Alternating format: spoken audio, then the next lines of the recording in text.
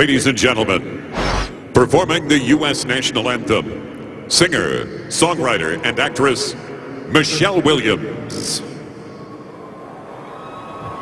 Oh, say, can you see by the dawn's early light what so proudly we hailed at the twilight's last gleaming, whose broad stripes and bright stars through the perilous fight o'er the ramparts we watched were so gallantly streaming, and the rocket's red glare, the bombs bursting in air, gave proof through the night that our flag was still there. Oh, say does that star-spangled banner yet wave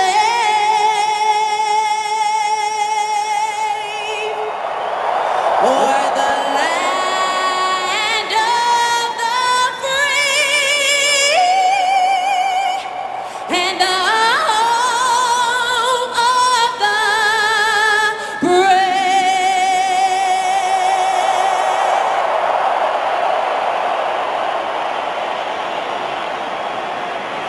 And now, to perform God Save the Queen, please welcome the nation's sporting soprano, Laura Wright. God save the gracious Queen, long live our noble Queen. God save the Queen,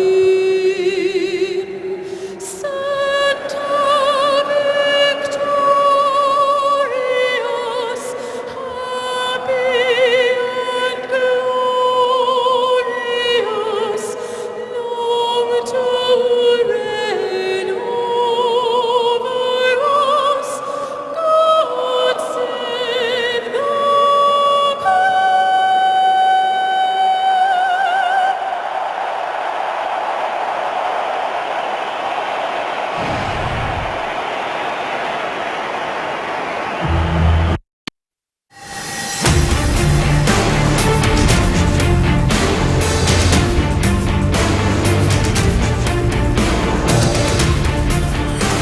What a night here in London.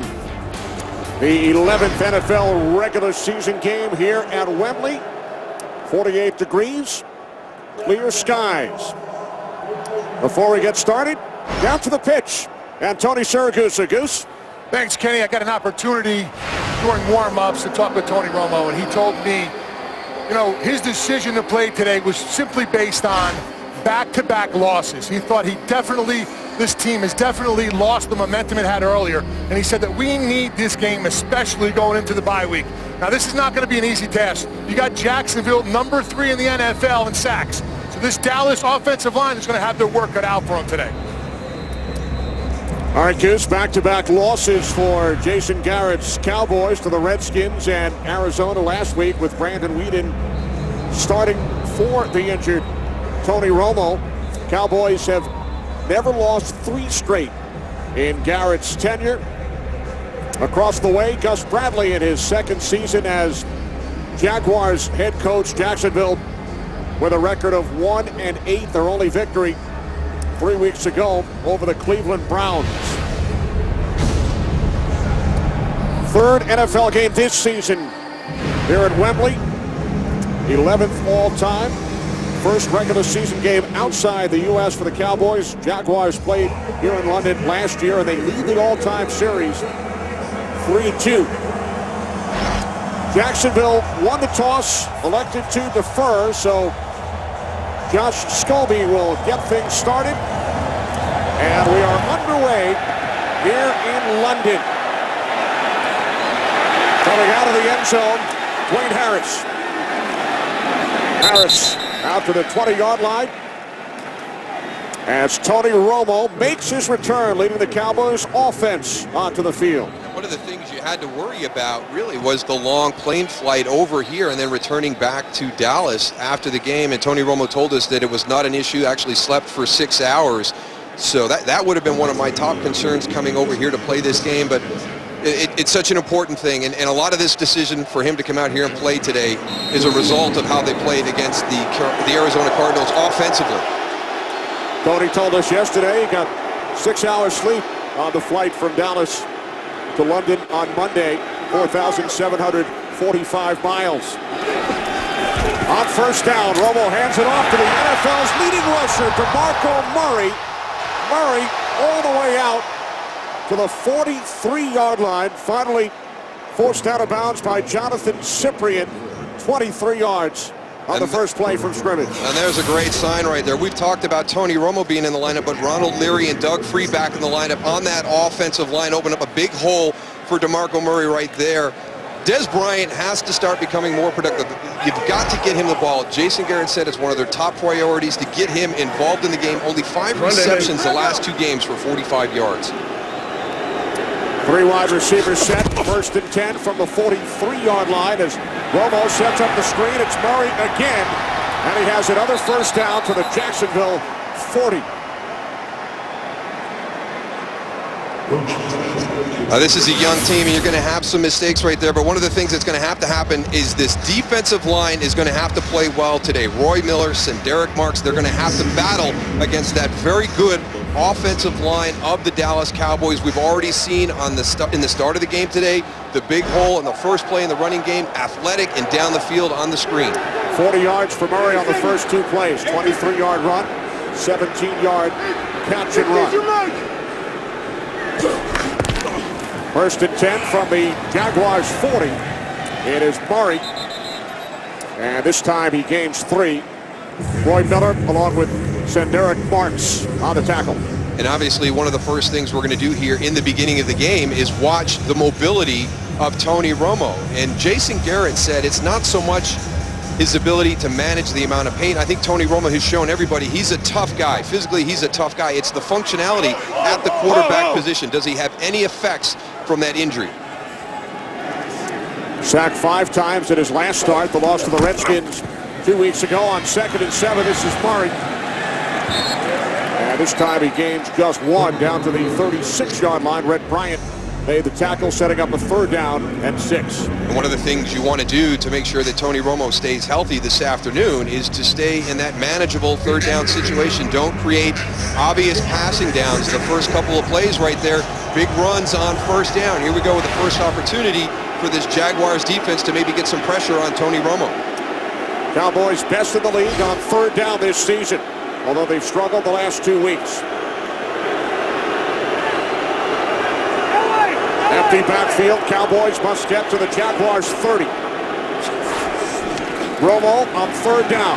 Steps up, and now he throws just out of the reach of a wide open Jason Witten. That offensive line did a nice job of giving Tony Romo protection here, Darryl. Yeah, and Tony Romo's going to be disappointed with himself. He misses a wide open Jason Witten. They turn him loose right down the middle of the field and just a little overthrown.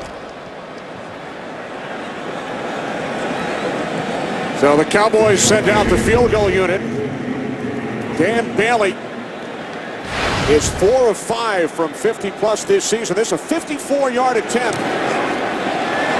And Bailey's kick is good, matching the longest ever field goal in an NFL game here at Wembley. First Blair Walsh of the Vikings, and now Bailey connects from 54 yards out. Today's game is sponsored by Southwest Airlines. Book your low fare now at southwest.com. Just about every NFL team represented in the stands here at Wembley. It's one of the things that we've enjoyed. We've been able to come over here 3 times, and every time we come over, we do a search for all 32 teams, and we always find all 32 teams represented over here in London. Good start for DeMarco Murray and the Cowboys. Lead 3-0. Jaguars will start from their 20-yard line. Led out to the field by the rookie out of Central Florida, 3rd overall draft pick, Blake Bortles, who will make his 7th NFL start. Well, he had a nice game statistically last week, but one of the things I liked about Blake Bortles' response to, hey, how did you think you played last week in that game? I wasn't happy with it. I've got to be better than that. He's driven to be better. He's made some mistakes, but this is a very, very young Jacksonville Jaguar team. They have had a penchant to beat themselves early in the year, but they're starting to make that turn, playing their best football over the last 3 weeks. Denard Robinson coming off 3 big weeks in the backfield off the fake to Robinson. Bortles completes his first pass.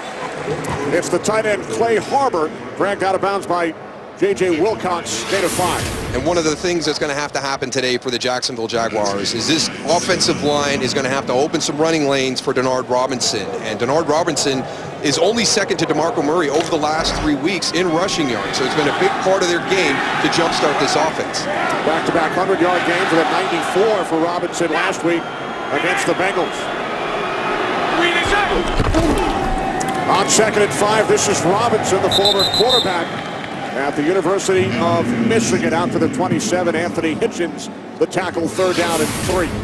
Anthony Hitchens making the tackle there, but Rolando McClain is in the lineup this afternoon, and that's a big deal for the Dallas Cowboys defense. If there's a playmaker on the defensive side of the ball, it's going to be Rolando McClain. Anthony Hitchens gets the start of the inside, but he is there. We'll see if the Jaguars can challenge the Dallas Cowboys at that linebacker level. Dallas without offensive end Tyrone Crawford. Empty backfield, 3rd down and 3. Toby Gerhart split wide to the left. And a big hit is made by Bruce Carter on Allen Robinson. Very good physical hit on the outside. Jeff Heath, no. It's not Jeff Heath, it's actually Sterling Moore breaking off his coverage on the outside, recognizing the route underneath, and comes up, puts a big hit on Allen Robinson. Allen Robinson did a really nice job of going and finding that first down marker, though, to get the first down on that play. He did. Forward progress out to the 30. So the Jaguars with a new set of downs. This is Denard Robinson. And Robinson out to the 32-yard line, setting up 2nd down and 8.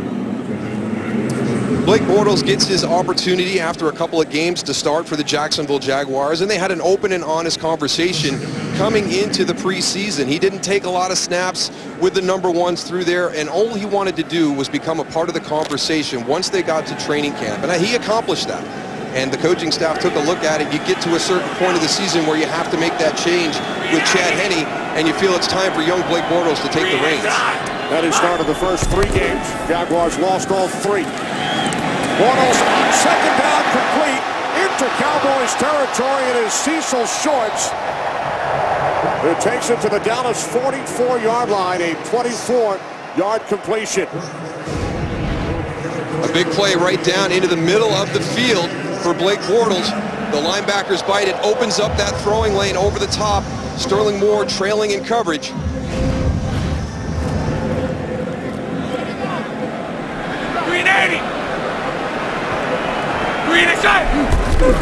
From the Dallas 44, Bortles hit as he throws.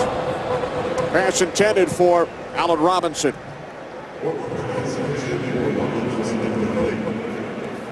Little zone blitz off to the right side for the Dallas Cowboys.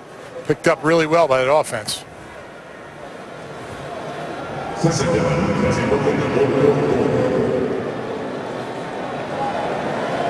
Now 2nd and 10 for Bortles and the Jaguars. Just over 6 minutes gone by here at Wembley, with the Cowboys leading 3-0. Hey, easy. Hey, let's go rest. Rest. And now Bortles calls timeout with the play clock all the way down to 1.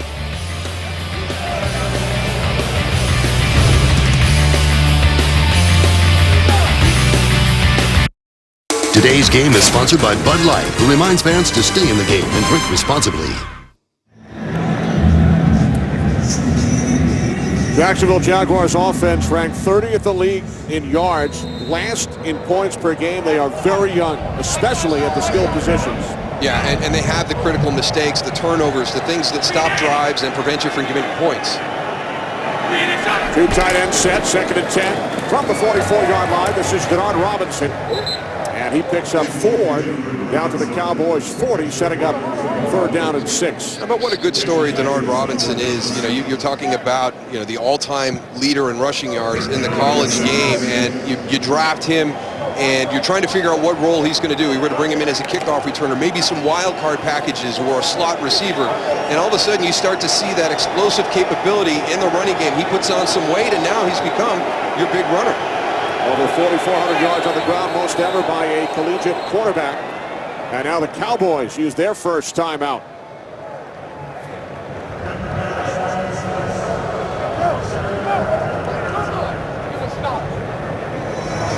Cowboys using their first timeout. We head to Los Angeles for a game break with Joel Klatt. Joel?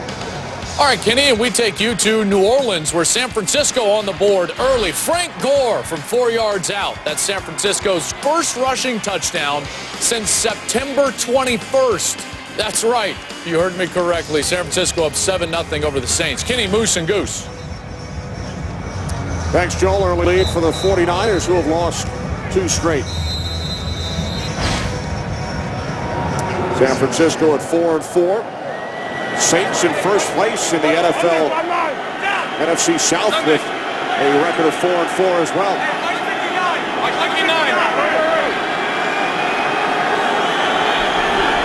3rd down and 6. Bortles to the outside, and the catch is made for a first down at the 32-yard line by Allen Robinson, gain of 8. This is a nice throw by Blake Bortles. Some good zone coverage by the Dallas defense. Small window to fit this in. Watch the zip on this ball. This is a guy who, as a youngster, down in high school, didn't play a whole lot of football, didn't travel to the big camps across the country. Kind of started his football career later in life, and he's got some nice skills. You got all those parents at home wondering why they're spending that money going to camps, and you got a guy that can throw like that. How about Denard Robinson? He is inside the 10, the 5, to the end zone. Touchdown! 32-yard run. Denard Robinson, his 3rd touchdown of the season.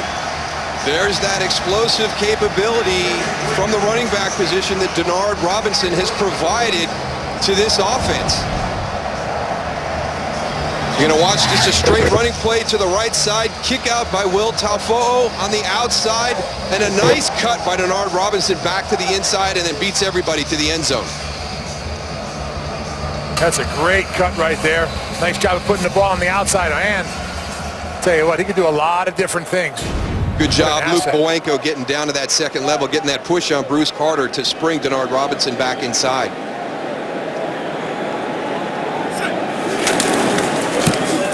Josh Scobie adds the extra point. So an 80-yard drive by the Jaguars. Robinson to the end zone. 7-3 Jacksonville. Today's game on Fox is sponsored by Ford. Beautiful things happen when you go further. By K Jewelers. Every kiss begins with K. And by Geico. 15 minutes could save you 15% or more on car insurance.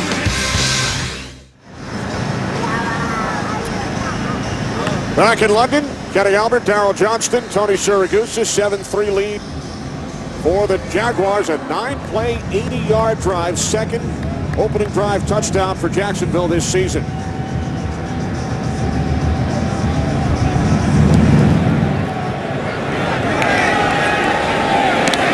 Dwayne Harris takes a knee. Cowboys will start at their 20 following the 32-yard touchdown run by the Jaguars, Denard Robinson.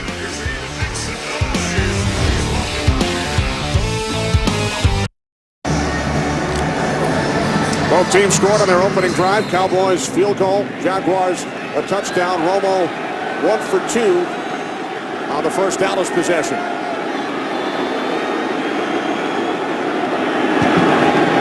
Cowboys Cowboys start from their 20. Off the fake to Murray. Romo goes across the field.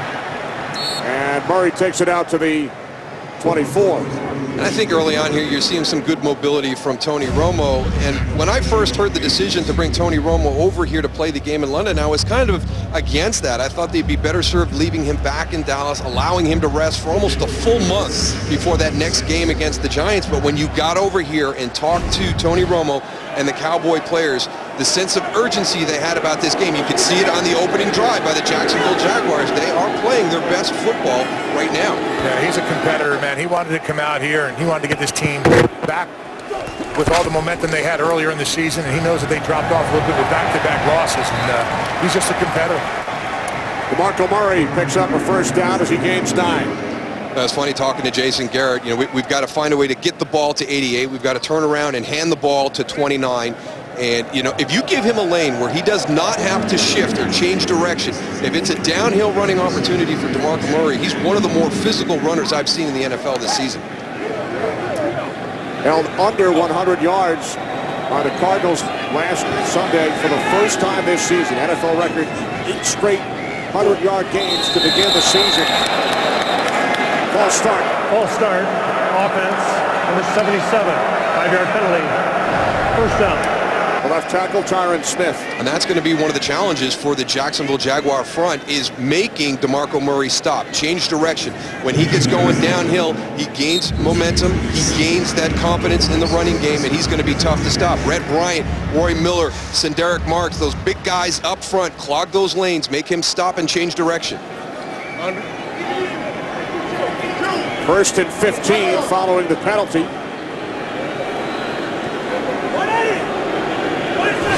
From the 27, Romo, complete to Witten. And Witten's the other guy that Jason Garrett talked about. He's brought down by Cyprien. He said we have to get the ball to 88, 29, and of course 82. Yeah, you've always got to find a way to get Jason Witten involved in your game plan, but, you know, for Jaguar fans, they know this player right here, number 37, Jonathan Cyprien, one of the really good young safeties in the NFL. This is textbook for all you young guys out there. This is old school. Driving the shoulder through, lifting the body up, and taking him down. Witten able to gain just 3. Second down and 12. Romo handed it off to Murray. And Murray able to make something out of nothing. Takes it out to the 37-yard line, so it will be third down and 5, a gain of 7. What a big opportunity for the Jacksonville Jaguars to create that third and long, that obvious passing situation where they could get after Tony Romo. But again, the strength of DeMarco Murray to break Chris Clements' tackle right there and then spin to the outside. And again, watch at the end. Just watch how physical he is when he's finishing those runs. Murray replaced by Joseph Randle. Witten shifting, third down and 5. Shallow. Cowboys must get to the 42. Romo on third down. There is a flag, and the catch is made by the rookie out of Pitt. A spectacular catch made by Devin Street. But it looks like it's coming back.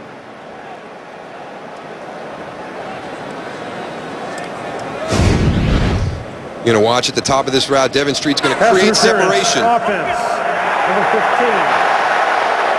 10-yard penalty. Replay. Third down. He uses his hands to create separation to complete the catch.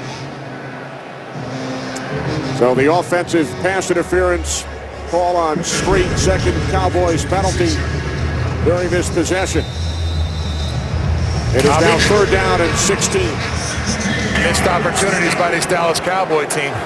Witten over the middle, the overthrow by Tony Romo, and then that penalty right there. Now Lance Dunbar on the backfield. Third down and 16 for Tony Romo and the Cowboys. On the screen, it's Dunbar. Cowboys will punt it away. Keldon Smith on the tackle for the Jaguars. And head coach Gus Bradley has done a nice job of really implementing what he wants to do on the defensive side of the ball right now. He comes from the Seattle Seahawks, that great defense that they had He was the man who was responsible for the construction of that defense that the Seahawks rode to the Super Bowl last year. First punt of the game, and it's a good one from Chris Jones, forcing Ace Sanders all the way back to the 15, and the ball came loose. And the Cowboys have recovered. C.J. Spillman falls on it. These are the types of mistakes that have hurt the Jacksonville Jaguars through the first part of this season. We talked about their youth, and they seem to have these critical mistakes during the course of the game. Ace Sanders just has to field this punt. He takes his eyes off. He feels Dwayne Harris, and he doesn't have the ball secure yet as he starts to look up to see where coverage is. And then C.J. Spillman over the top on the recovery. Jaguars commit their 20th turnover of the season. Only the Philadelphia Eagles have committed more.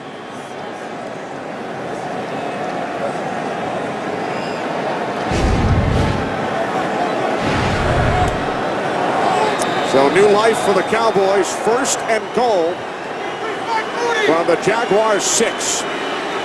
There's Bryant at the top of your screen. See if he pulls man-to-man coverage here. Romo hands it off. This is Murray, and he spins all the way down inside the 2. Brought down by Avery Jones.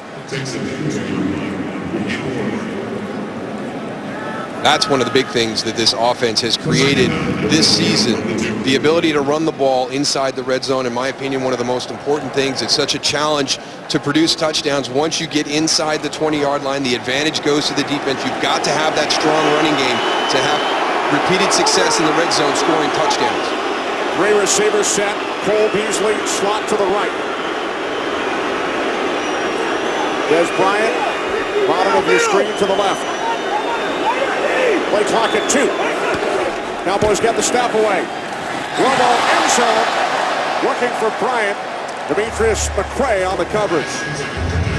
A lot of people would probably get a little bit nervous one-on-one down in the red zone against Des Bryant, but not Demetrius McCray. He was hoping that A.J. Green was going to play for the Cincinnati Bengals earlier this season. He plays with a little bit of a chip on his shoulder, which is huge for a young corner. He is not intimidated by any of the top receivers in the NFL. Yeah, he does a really nice job of getting his head back inside and seeing Tony Romo release the ball. That's how he was able to go and make a play on it. Cowboys empty the backfield. 3rd and goal from the 2. Romo moving to his right. Looking end zone. He throws. Touchdown. Jason Witten. I'm always amazed that number 82 is able to find his way to an open area on the field when the play breaks down in the red zone. One-on-one basketball with Witten out there. Oh, you just see it so many times, and yeah. You know that Tony Romo is going to be looking for him. It's just such a nice skill set that he has. It's such a subtle thing. J.T. Thomas again gets caught up stumbling the whole time. Number 82. You got to know where number 82 is once you get inside the red zone, especially when that play breaks down. He just finds a way. 3rd touchdown of the season for the 9-time Pro Bowler Jason Witten. Bailey adds the extra point. Cowboys capitalize on the special teams turnover committed by the Jaguars.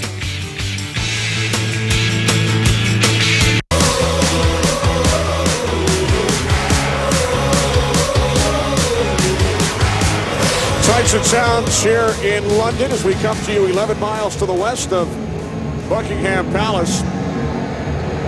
55th career touchdown for Jason Witten following the Jacksonville turnover. Condon will not take it out. Jaguars start from their 20. Blake Bortles, 3rd overall pick in the NFL draft. Record of 22-5 at Central Florida, where he played for one of your former coaches, George O'Leary. You were with George up at Syracuse. Yes, I was. We shared some nice stories of George O'Leary. So, good reminiscing. And Blake said he really benefited from O'Leary's system. A little bit of a semi-pro offense that he was involved with down at Central Florida. I think it's one of the things that challenges these young quarterbacks today. Play action and then the screen. to Denard Robinson.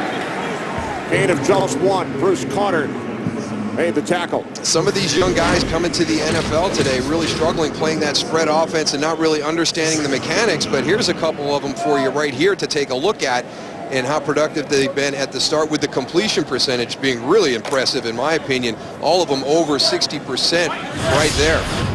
But the mechanics of the quarterback position in the NFL, very demanding with the communication from sideline to huddle. On second down and 9, it's Robinson again. There is a flag. Robinson out to the 27-yard line.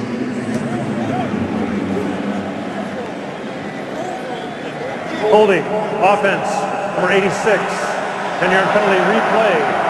Second down. That's on the tight end, Clay Harbor. We check in with Joel Klatt. Joel? All right, Kenny, let's go up to Detroit. And, of course, Megatron has missed 3 straight games, but he's back. Matthew Stafford, 49 yards to Calvin Johnson. Detroit with a 10-0 lead over Miami early. Back to London, Kenny, Moose, and Goose. Thanks, Joel. Lions with a big win in this stadium 2 weeks ago. Oh, tremendous comeback, down 21-0 to the Atlanta Falcons. Come all the way back to get that victory, 22-21. Second down at 19 following the penalty, as that pass is broken up and nearly picked off by Orlando Scandrick. Orlando Scandrick trusts his instincts as a cornerback. He does a tremendous amount of prep. He breaks you down by formation, down in distance, and you've got to trust what you see. You see that right there coming off of his man, making the break to deflect the pass. That's the second time we've seen a defender. Sterling Moore did it earlier. Coming off of their coverage, they must be locking onto. Blake Bortles has got to be careful. Are you starting to stare down your receivers because we've got other defenders coming off of coverage to make plays? Bortles has thrown a league-high 13 picks over his first 6 starts. On the screen, this is Jordan Todman. Stopped 5 yards shy of the marker, so the Jaguars will punt it away, chased down by Henry Melton. So here comes Brian Anger and the punting unit. They love watching all of the kicks, the field goal attempts, the extra points, the kickoffs, and the punts here in London. Now, Brian Anger, Josh Scobie, Chris Jones, Dan Bailey, they're rock stars over here when the games are played in the UK. Punting from his own 15. Terrific kick, forcing Harris back to the Cowboys 15. Now he returns it out across the 25-yard line. Dakota Watson, the tackle on special teams.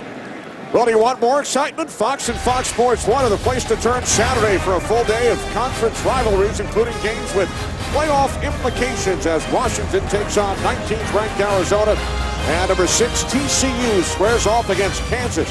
It all begins at 3 Eastern on Fox, Fox Sports 1, and streaming live on Fox Sports Go.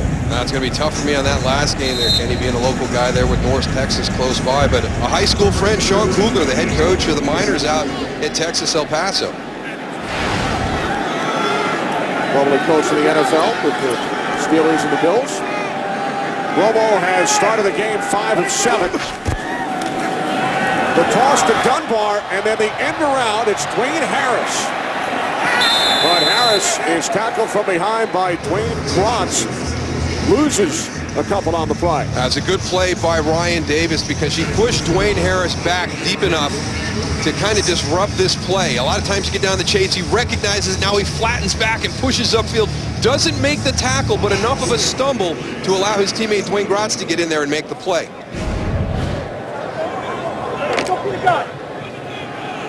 Time winding down in this first quarter here at Wembley. Coming into this game, Jaguars had actually outscored their opponents in the first quarter this season. So Dallas able to capitalize on the only turnover of the game. Cowboys lead the Jaguars here at Wembley 10-7 after 1.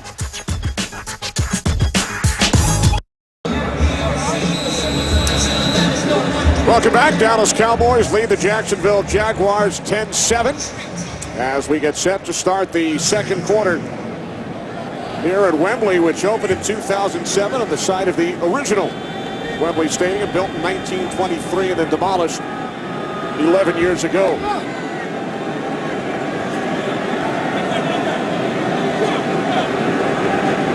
empty backfield as Dunbar shifts it into the slot left. And Romo's pass is caught. First reception of the game for Des Bryant out to the 35.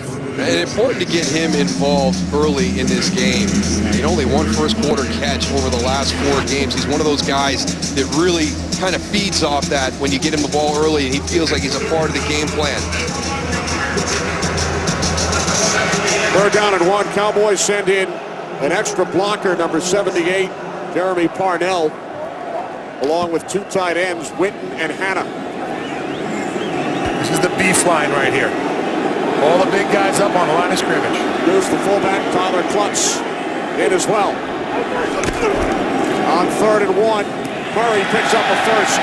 Exactly what you said, Darryl. Once he gets going downhill, he's hard to stop. Yeah, because Tyler Klutz is going to the outside as his fullback, the lead blocker, but he's just going to hit this straight up the middle. He's going to bail from his fullback. He takes that first running lane. Everything gets chopped off on the backside, understands down and distance and getting north and south. Darryl giving the fullback some love. Tyler Klutz celebrating his 30th birthday today here in London. On 1st down, here's Murray. 55 yards on the ground for DeMarco Murray already, and we are not even 2 minutes into the 2nd quarter. Well, Jason talked to us about, we got to throw the ball to Dez. That's our most important thing. I may differ with him a little bit. I think it's more important to turn around and hand DeMarco Murray the ball. When Dallas got on that 6-game winning streak, DeMarco Murray was the person that everybody was trying to stop. That offensive line was coming off the ball. They were controlling the flow of the game. Here's Murray again. He slips on 2nd and 5. Yeah, this time gains just 1. Those defensive linemen, they wear down after a while, Darryl. You get them run. Those offensive linemen just keep coming at you, and it might not show in the 1st or 2nd quarter, but as the game goes on, it wears on you. And once those big guys, get wore down, they can't recover. Total yards couldn't be much closer, but the Jaguars committed the game's only turnover, which led to the Cowboys' touchdown. 3rd down and 4. Bryant shifts to the left. Cowboys must get to midfield. Romo on 3rd down to the outside. And it is broken up. Getting a hand in is McCray. Pass intended for Terrence Williams. I tell you, he's fun to watch. He's a young guy, 2nd-year corner, small school, Appalachia State. And just watch him out here. Good footwork. Good play back on the football. You can see Gus Bradley there on the sideline cheering him on. Had a lot of nice things to say about Demetrius McCray. Jones will punt for the 2nd time. Remember, Sanders committed the turnover on his first return attempt. Aaron Sanders from the 3. Eludes a tackle. Out across the 20 and tripped up. Ace Sanders takes it out to the 27. 24 yards on the return. Longest punt return by a Jacksonville Jaguar this season.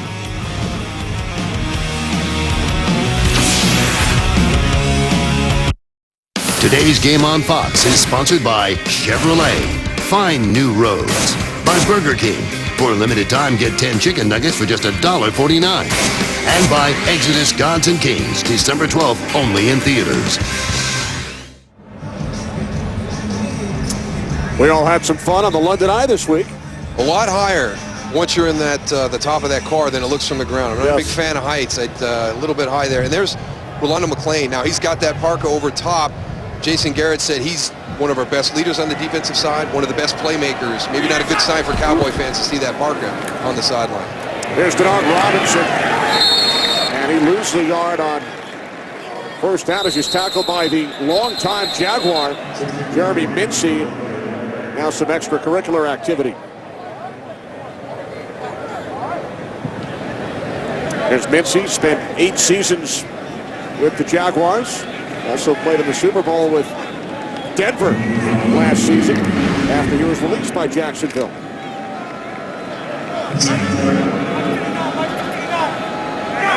Second down and 11.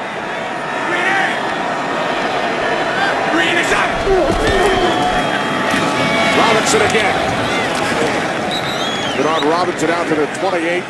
Brought down by Hitchens. Gain of 3. Nice job by Jack Crawford getting some quick penetration, though. Making Denard Robinson make a decision deep in the backfield on that play. Jack Crawford, number 58 for the Cowboys. Born and grew up right here in London.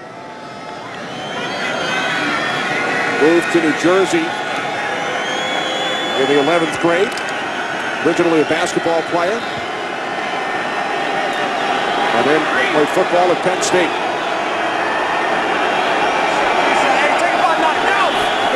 Third down and 8. Play clock is at 2. And Bortles is forced to use the second Jacksonville timeout of this first half.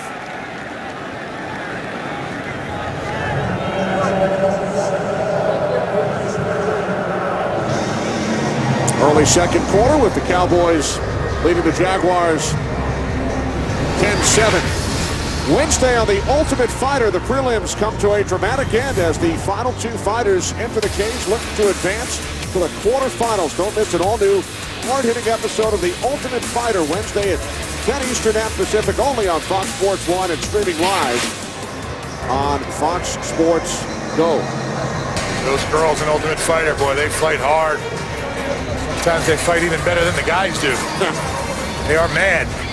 You know, Goose will be tuning in. Absolutely. Third down and 7 for Bortles and the Jaguars following the timeout. Jacksonville must get to the 36-yard line. Pressure on Bortles. Down he goes. It's the ex-Jaguar Mincy along with Barry Church.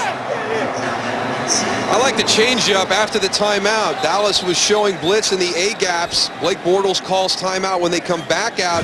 Now they show a single blitzer in the A-gap. You're going to get pressure here, and you get pressure here. So they're going to collapse you from both edges. Nice change-up during that timeout by Rod Marinelli's defense. So Mincy and Church share the sack. Anger waiting back at his 7-yard line.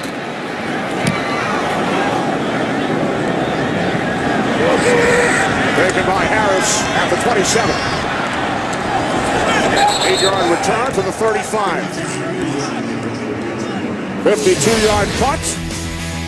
The sack of Bortles, Mincy, and Church. Cowboys by 3.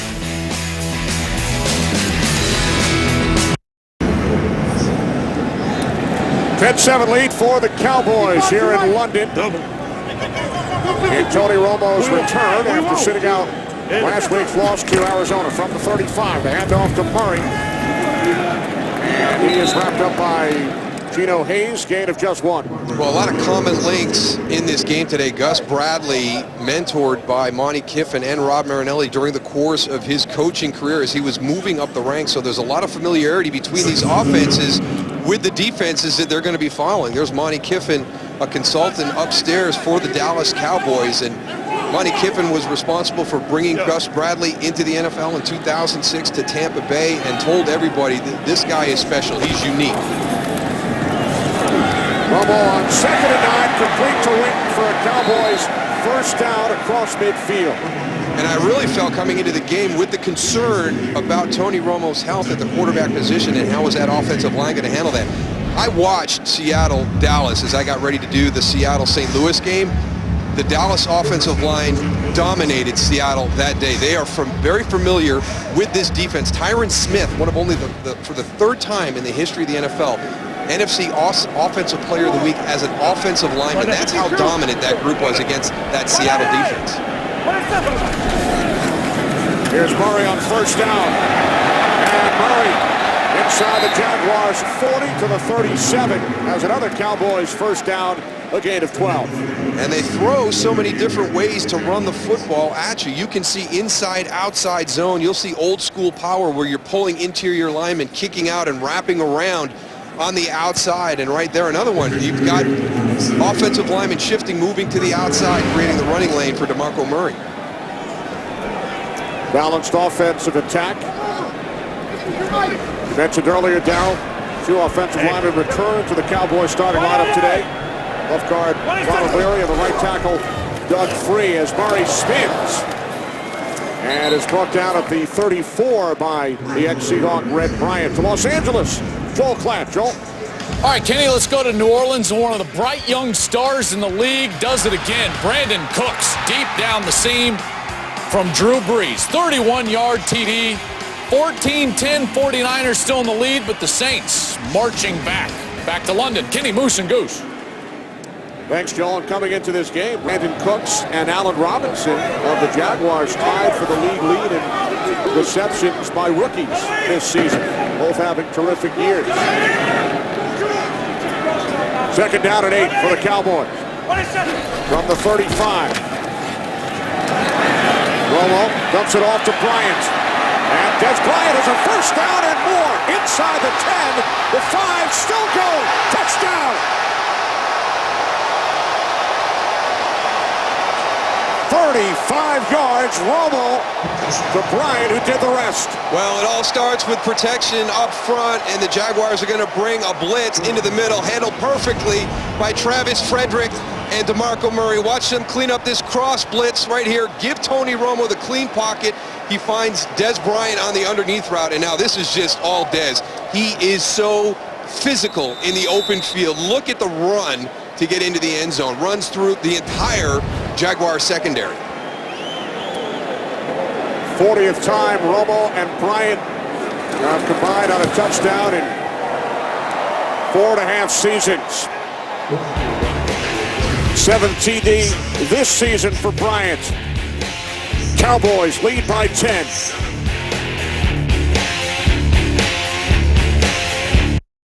Today's game is sponsored by Pizza Hut. Find the best deals at pizzahut.com. 10-point lead for the Dallas Cowboys. 5 plays, 65 yards. Romo to Bryant. Just so impressive in all phases of the game as a wide receiver. Great at the point of the catch. You saw on that touchdown run how difficult he is to bring down in the open field. Todman on the return. Jeff Heath the tackle. Todman stopped at the 16-yard line. Well, the Jaguars get off to a good start.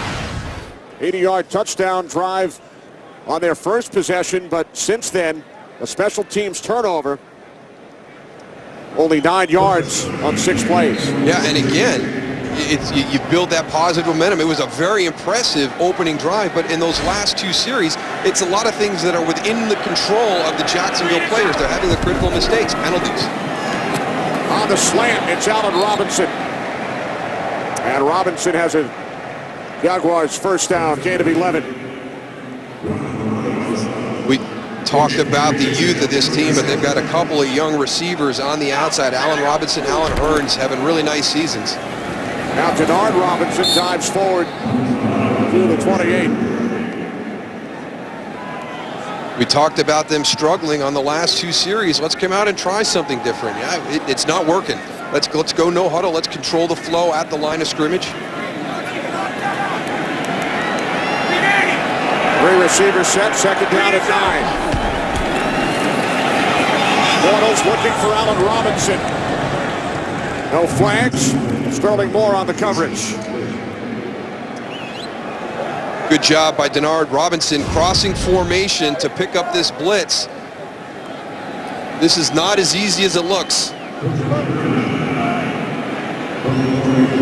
Dallas really starting to challenge Blake Bortles with the blitz. That first series they kind of just rushed for, took his offense right down the field for the touchdown. Since then, Rod Marinelli electing to add people, a little zone drop, trying to confuse the young QB. Empty backfield, third down and 9. Jaguars must get to the 37 for a first down. Bortles a pump fake. Under pressure being chased by Henry Milton. He throws and it's out of bounds. Todman out of bounds, so the Jaguars will punt it away. A lot of talk about the signing of Henry Melton in the offseason, and he's finally starting to show why.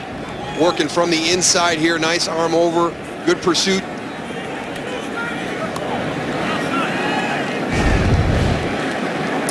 Anger back to punt for the 3rd time. Harris back deep for the Cowboys. Will lead by 10. Harris waiting, takes it out to 24. And is brought down at the 29-yard line by Dakota Watson. 49-yard punt. 7 on the return. From Wembley, Cowboys lead by 10.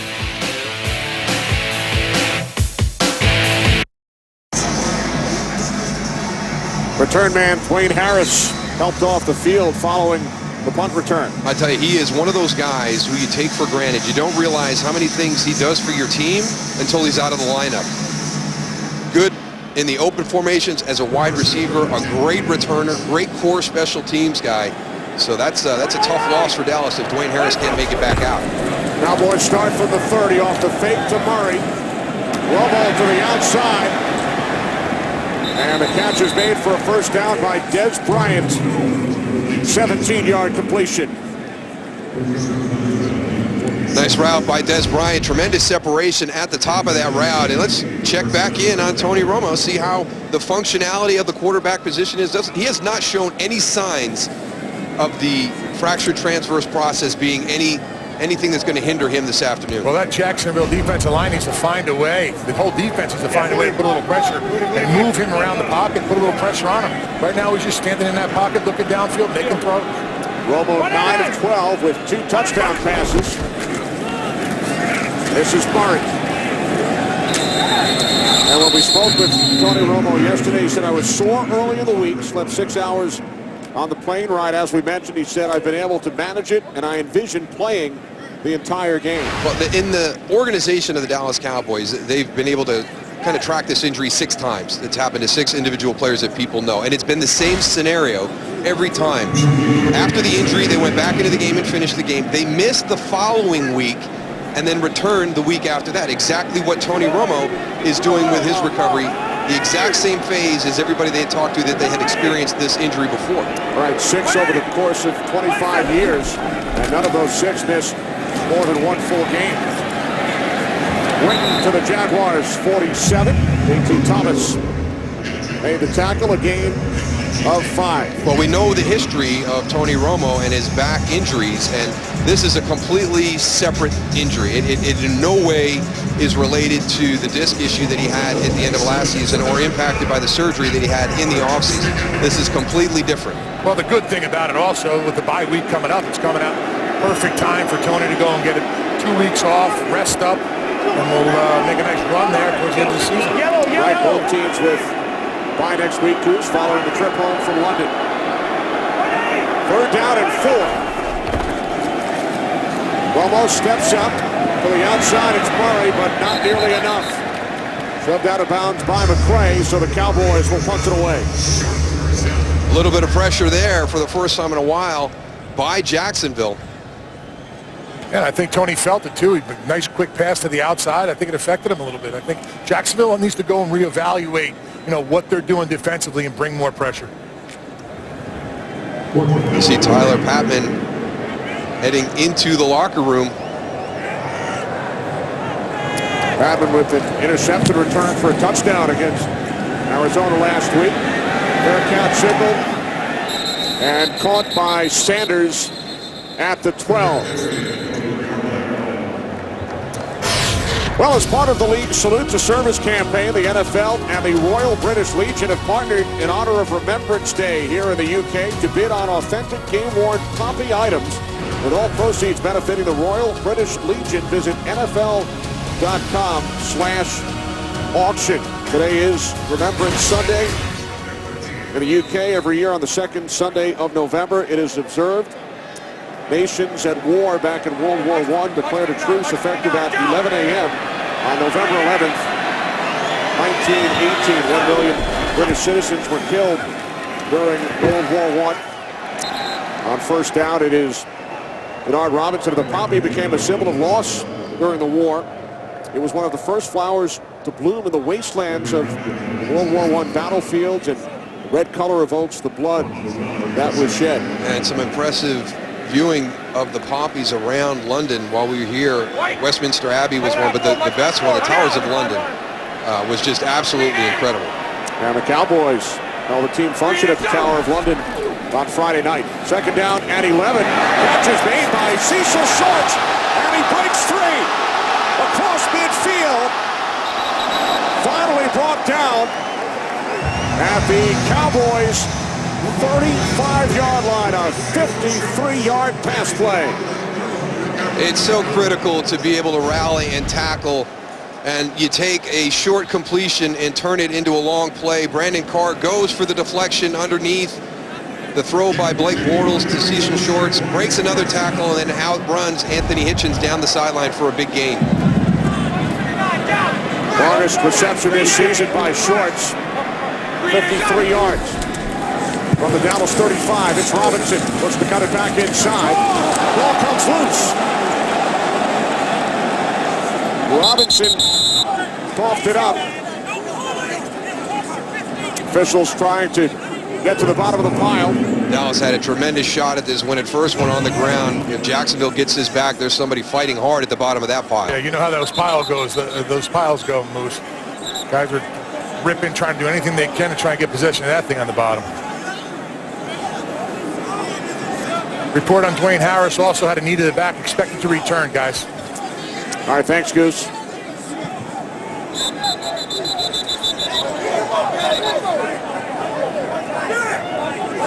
It is Cowboys football.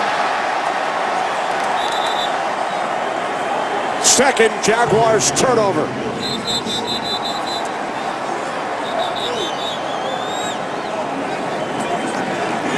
George Selby in pursuit, across formation, knocks the ball loose from Denard Robinson. Good hustle. One of the things that Rod Marinelli preaches to his guys is hustling to the football.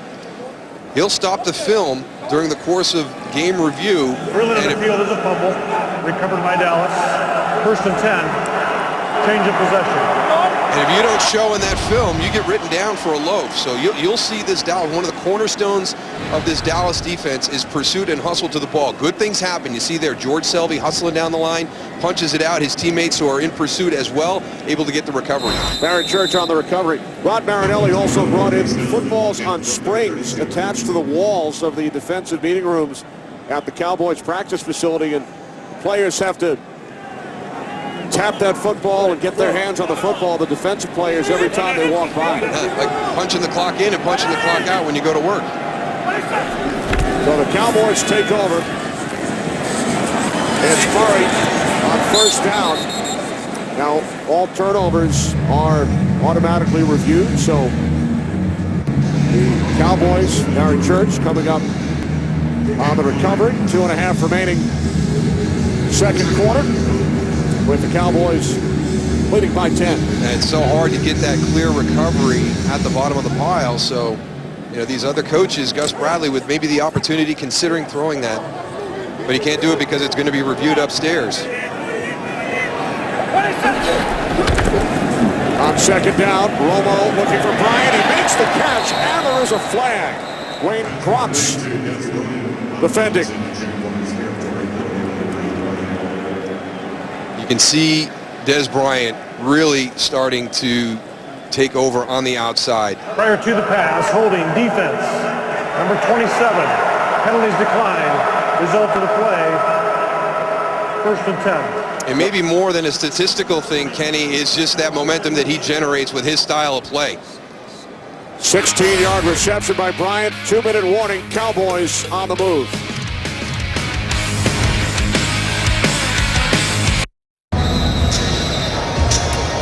Follow your favorite team all season long. Go to itunes.com/NFL. 17-7 lead for Tony Romo and the Cowboys following the 2-minute warning. 1st and 10 from the Jaguars 47.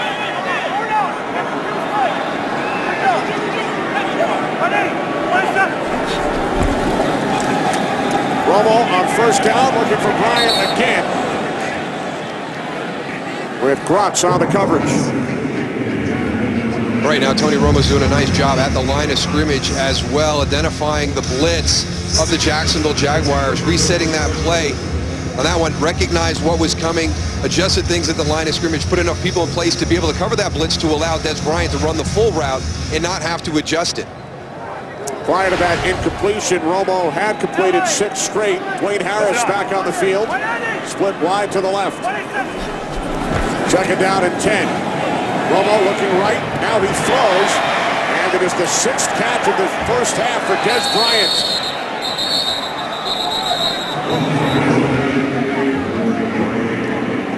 Talked about the performance of this offensive line against Seattle. On these twists, they do a tremendous job. Zach Martin recognizing they pass the game. It's called passing a game. You're going to bump. Guard tackle will bump as those defenders twist and they pass from one player to the other. Dallas does it very, very well. Cowboys with 2 timeouts. 1:20 to play in the half. As Romo is under pressure and then is knocked to the ground by Sherrod Martin. But a good job by Tony Romo in that situation, understanding where he is from a health standpoint here and not allowing the defender to be able to take him to the ground physically. Got a little bit of a shove at the end of that, but not nearly what it could have been if he tried to hold that ball and make something out of nothing. Yeah, Sherrod Martin comes with a little bit of a delay on the outside. I think if he would have just came right off the snap of the ball, he probably would have gotten Tony Romo's face a little bit earlier, could have had a sack. Now 2nd and 10. On the Jaguars 36. Play clock at 2. Romo over the middle. And the ball comes loose. Cole Beasley made the catch and then lost the football, and the Jaguars have recovered.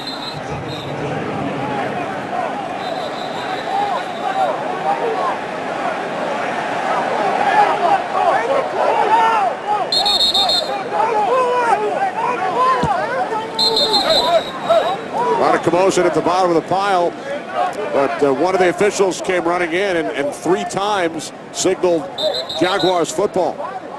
Again, this is similar. It's been frustrating for us this year. We've had a couple of these scenarios during the course of the season. And as you pointed out, Kenny, all turnovers are under review. But when we get to this point, it's you know, how do we know? You know, what are we seeing with the clear recovery aspect as the officials are reviewing it? Yeah, Kenny, first they signaled it was Jacksonville's ball. Now they have a huddle trying to figure it out. And 3 times it was signaled that the Jaguars had it. And we will check in with Mike Pereira in Los Angeles. Mike, what do you make of this?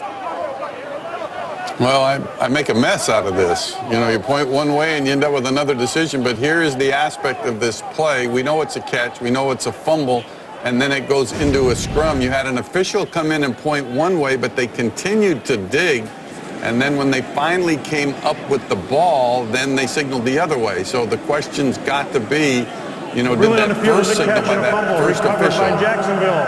Change of possession. All right, thanks, Mike. And you heard the announcement from the referee, John Parry. It will be Jaguars football.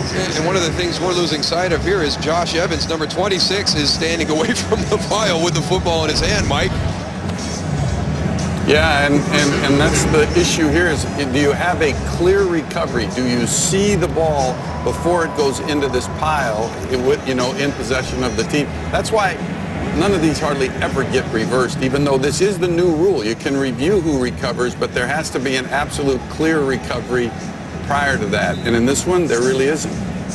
And that was tough because as the ball was on the ground, it was Josh Evans and Jason Witten kind of tied up with, you know, with an arm, each one of them with an arm on the ball. So now the Jaguars with 1 timeout remaining, trailing by 10, pass incomplete, intended for Todman. Well, let's not lose sight of a tremendous play by the Jaguar defense in that situation. You're on the verge of 20-7, 24-7 at halftime. And, you know, all to their own undoing with the turnovers that they have had here in the first half, the mistakes that they have committed here in the first half. So a great play by the Jaguars defense to force that turnover. 2nd and 10 from the 23. Bortles over the middle. Great catch. And it's Allen Robinson out of the 30-yard line, setting up 3rd down and 3. I mean, his momentum is carrying him one way. Look at this. Look at the reach back. Look at him keep that ball. Doesn't even go to the ground. That's impressive by Allen Robinson. 2nd round pick out of Penn State. Bortles on 3rd and 3. And that pass is broken up by J.J. Wilcox. So the Jaguars, following the Dallas turnover, go 3 and out. Little stick route there, get beyond the distance for the first down, and you can see J.J. Wilcox kind of drawing a line in the sand right there. Reads that route very well, able to make the deflection.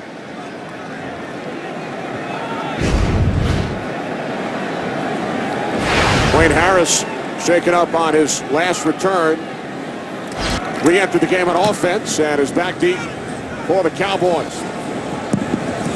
Punt bounces out of bounds, so with 31 seconds remaining, we go to Fort Benning, Georgia to find out what's coming up at halftime.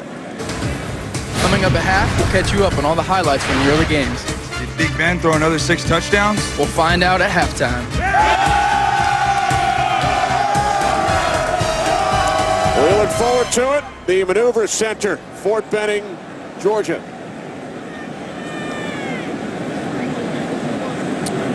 Cowboys, 2 timeouts, 31 seconds on the clock. Turned the ball over moments ago, but then the Dallas defense forced a 3 and out. Kicker Dan Bailey has been such a weapon for this Cowboy offense. Interesting to see what Jason Garrett wants to do here offensively. From the 32 on first down, Romo firing downfield for Bryant. He's got it.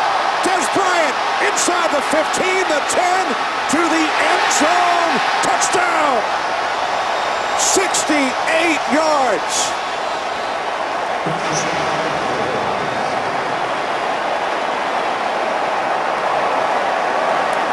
You're going to be second-guessing yourself in that situation. A little over 30 seconds left in the half at the snap of the ball. And a great release by Des Bryant. He wins that route off the release on the line of scrimmage. And immediately in that situation, Dwayne Gratz is in chase position. And Jonathan Cyprien cannot get over there in time. Des Bryant is taking the game over on the outside here in the first half for the Cowboys. His second touchdown reception, as Romo talks about it with the referee, John Parry. 68-yard connection. Third touchdown pass of the first half for Tony Romo. Bailey, the extra point. Cowboys lead by 17.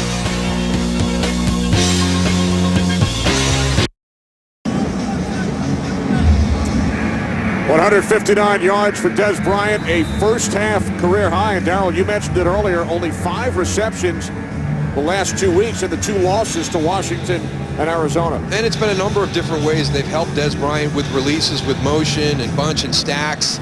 But then you just saw in that last play that you can just line him up on the outside one-on-one. And what a physical release from the line of scrimmage to win right away on that route.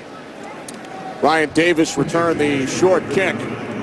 16 seconds on the clock. Bryant with 7 receptions, 2 touchdowns, both in the second quarter. A 35-yard touchdown pass and then a 68. How about him? The Cowboys have extended to a 17-point lead. Earlier in the week, he said he felt good. He didn't know what it was. He didn't know if it was the air over here in London or what, but he felt like he had a ton of energy. He showed he wasn't making up a story. Codman on the carry. Well, Des Bryant celebrated a birthday here in London. Turned 26 years of age on Tuesday.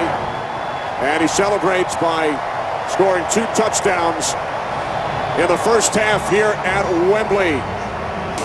To Los Angeles for the Visa halftime report. Kurt, take it away. It's going down today. Oh, man. Inside the 10, the 5 to the end zone. Touchdown. And Des Bryant is a first down and more. Still going. Touchdown.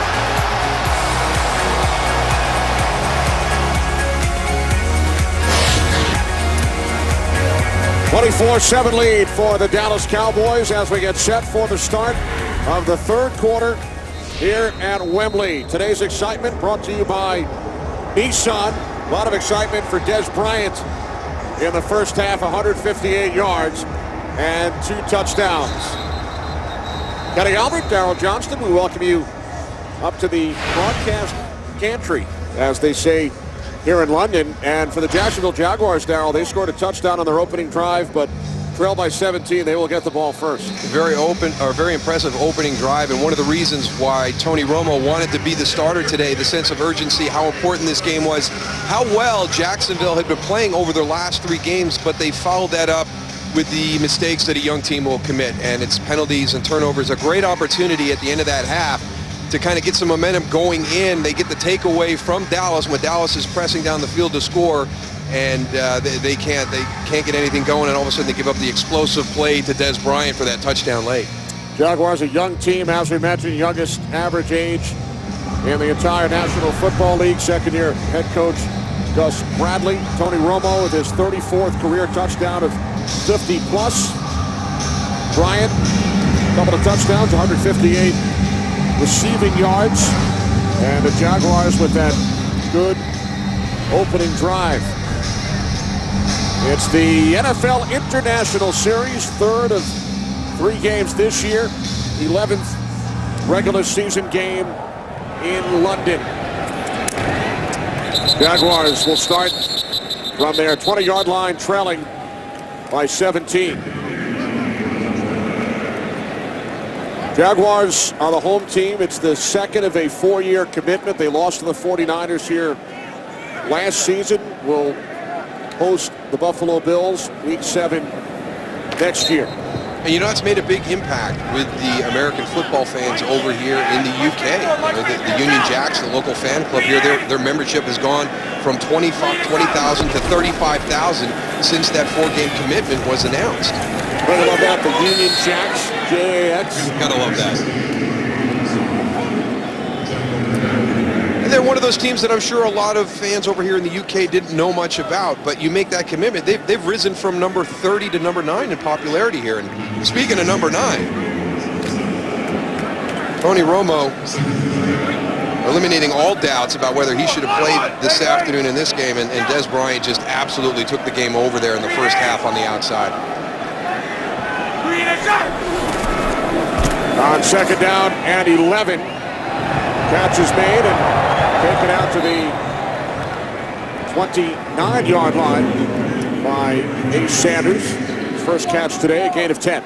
And when you're a young team trying to find your way, you make these mistakes, you dig yourselves into a hole. But Gus Bradley, very proud of how his team responded last week against Cincinnati when they fell behind 19-3, got it all the way back to 26-23 in the 4th quarter, but couldn't finish that one out. We'll see if they can have that same type of performance here in the second half against the Cowboys. On 3rd and 1, first carry today for the ex-Viking Toby Gerhart. And Gerhart has the Jaguars first down. Well, guys, I got a chance to talk to Gus Bradley, and he challenged his players there at halftime. We'll go back and take a look at some of these mistakes in the first half. Ace Sanders with the fumble on the punt, recovered by Dallas there. Denard Robinson puts it on the ground. Big scrum at the bottom of that pile, but Dallas came away with that turnover as well. And Gus Bradley's guys continue to make critical mistakes. This set of downs for the Jaguars from the 31. Bortles' pass is short. It was tipped, intended for Marquise Lee. Guys, at halftime, I got a chance to talk to both coaches. Jason Garrett, you know, he couldn't believe that they're going to go and cover Dez Bryant man-to-man. He says as long as they're going to do that, Tony Romo's going to go and look for him downfield. He's too big of an asset for us, and I can't believe that they're actually doing that. Also, I asked him how long would Tony Romo stay in. He says as long as we need him, he's got to come back out here in the second half and prove to us that he can go and get this team going once again. They want to keep putting a lot of pressure on Bortles, which they've been doing defensively, and he congratulated the offensive line in the first half of doing a great job of giving Tony Romo plenty of protection and plenty of confidence to go and bring this team to where they are right now.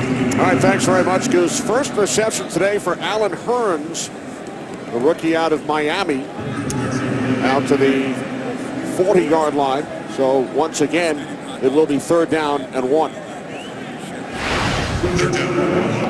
Very similar to that opening drive we saw in the first half, staying in these manageable down and distances, getting some nice rhythm going for the Jaguar offense. Green 80. Gerhart in the backfield once again. Off the fake to Gerhart. Bortles throws, and the catch is made for a first down, taking it out to the 48-yard line. Gain of 8 is Hearns. So the Jaguars again able to move the chains. Offensive coordinator Jed Fish, who worked with Gus Bradley in Seattle under Pete Carroll. Green Annie! Green inside! From the 48. That pass is high. Bortles looking for Allen Robinson. We talked about the start for the Jaguars with that opening drive, and you can see what has happened to them during the course of the season. Down a little bit today in that fourth quarter, but look what's happened to them second to fourth quarter throughout the beginning of this season. Minus 111 points. Just one win over the Cleveland Browns. Jaguars started the season 0-6. Into Cowboys territory, Denard Robinson for the Dallas 47. Anthony Spencer made the tackle, gain of 5.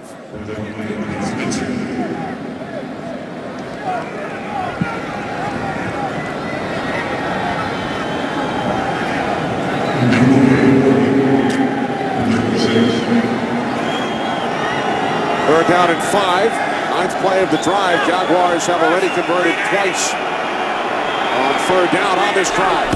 They must get to the Dallas 42. And they will not, as the pass from Bortles bounces away from Cecil Shorts. The Cowboys show blitz in the front, pre-snap, and then back out of it. Going to force Blake Bortles to find the open man in the zone. A little bit on the back shoulder of Cecil Shorts, but you got to make that catch. Brian Anger out to punt for the 5th time. Wayne Harris back deep for the Cowboys.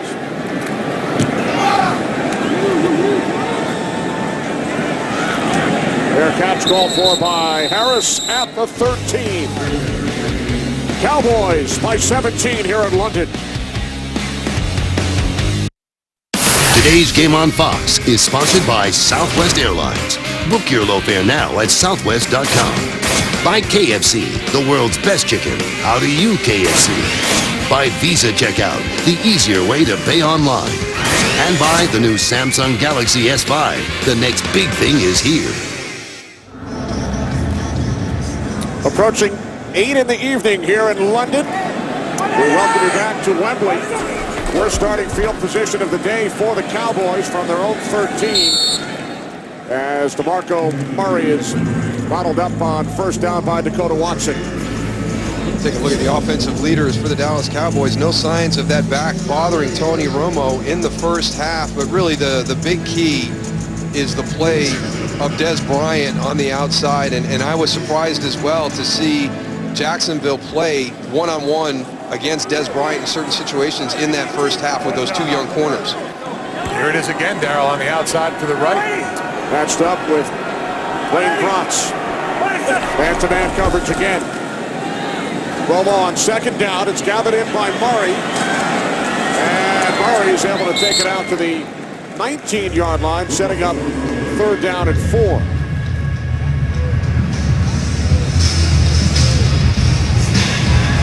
As a young team, you're always looking for somebody to step forward as a leader. Somebody on the defense needs to make a play.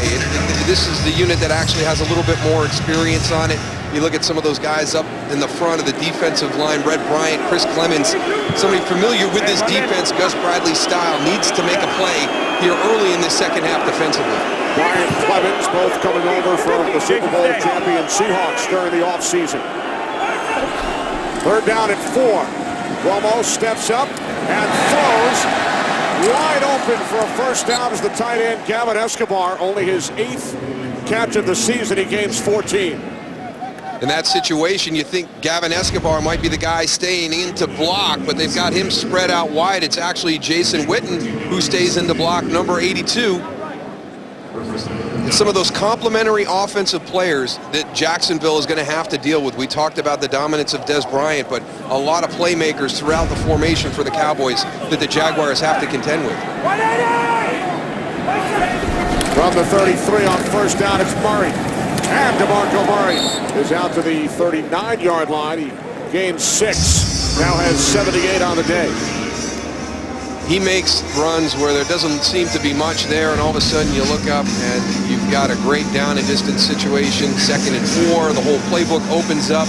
And we talked about Jacksonville's defense forcing DeMarco Murray to, put your foot in the ground and change direction. He likes to get downhill, and he showed you right there, I can even do that. I can put my foot in the ground. I can make another cut and get down the field for positive yards.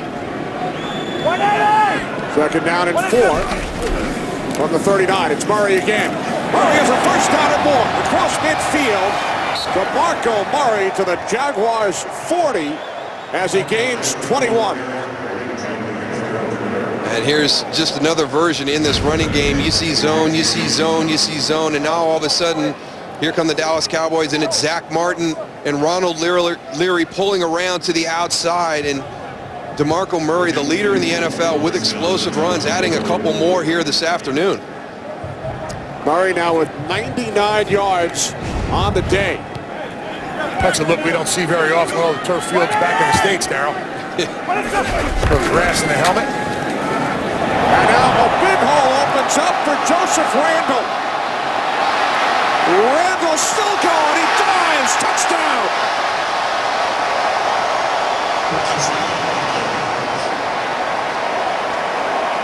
"40 yards, Randle into the end zone." There's just a great chemistry with Dallas's offensive line.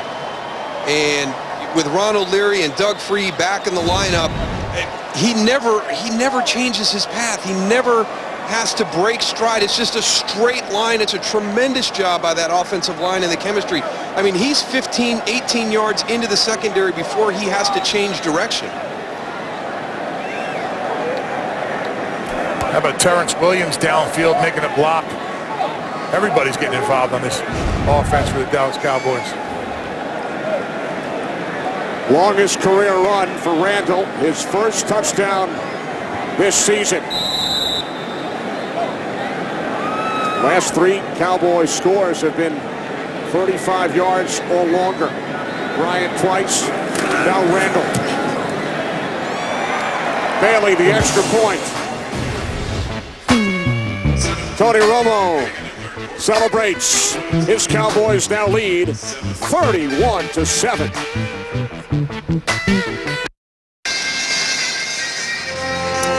Well, back in the 80s, Prince Charles visited Dallas, brought back for his son, Prince William, a Cowboys t-shirt.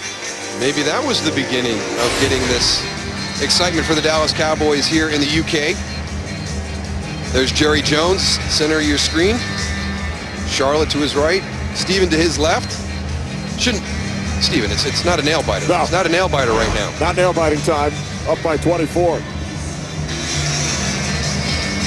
First regular season game outside the United States for America's team. You can refer to tonight's game as America's team versus London's team. Second of 4 straight years here at Wembley for the Jaguars. Todd on the return. There's a flag. Brought down at the 13-yard line by C.J. Spillman.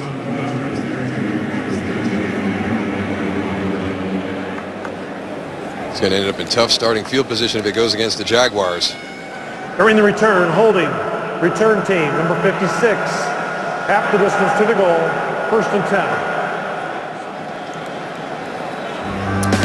So this will be the worst starting field position for Bortles and the Jaguars. Cowboys by 24.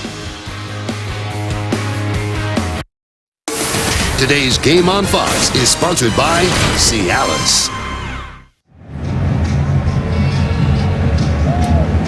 31-7 lead for the Cowboys. We spoke with Gus Bradley yesterday. He said, we're building it young. We know we will have growing pains. Well, some more growing pains for the Jaguars here tonight. Yeah, and this could be a little bit surprising. I expected a better performance from the Jacksonville Jaguars this evening here in London. And again, you're kind of revisiting that same issue that has been their problem all season long. The critical mistakes, critical turnovers that stops their momentum and puts them in tough positions like this drive starting right here. Jaguars start from their 7. On first down, this is Shorts. Shorts out to the 16-yard line, gain of 9.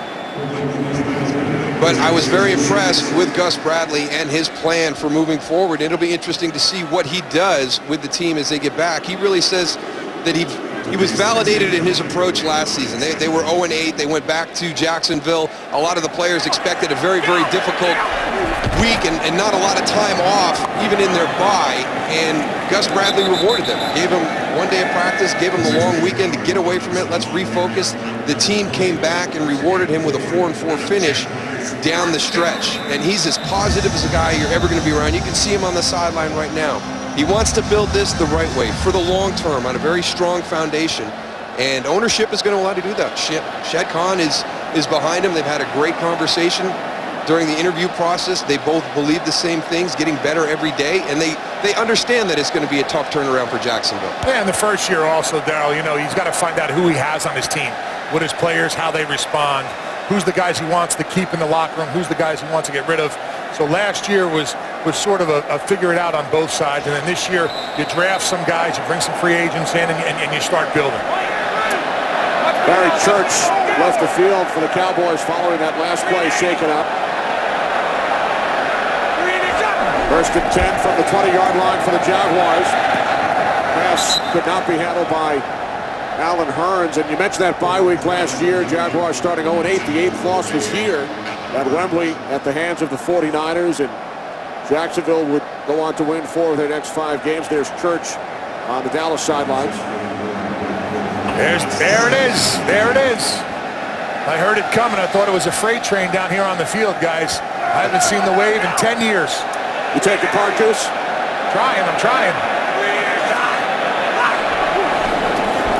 Bortles on 2nd and 10. He swings it out to Denard Robinson.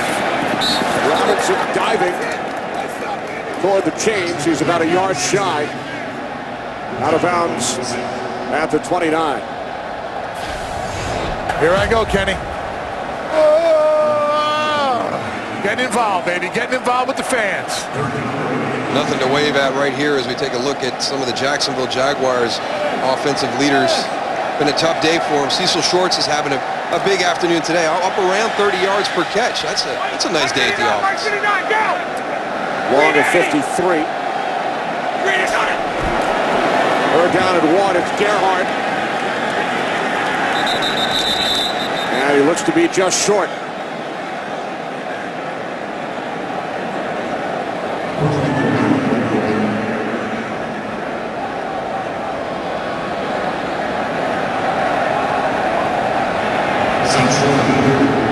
It's tough in those 3rd and short situations. I think a lot of times you're going to go with the bigger back, but sometimes it could be the shorter back. 4th down here, Jacksonville lining up for it. Going for it on 4th down. Gerhardt again. And a big push by the Cowboys front. The way the referees are coming in right now, he could be a little bit short. It looked like there was room to run. Pulling your Anthony Hitchens just left unblocked in the hole. Great job.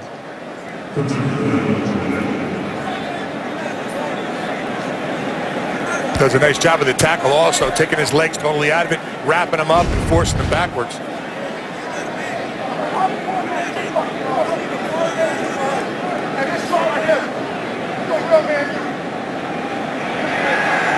Gerhardt and the Jaguars stopped on 4th down. It will be Cowboys football when we return to Wembley.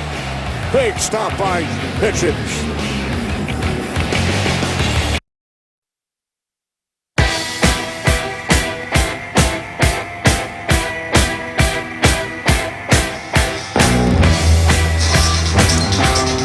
We are back at Wembley. First the wave, and now they are passing the poppy. Tell you what, these fans here in Wembley, they get involved in this game. They're having a great time.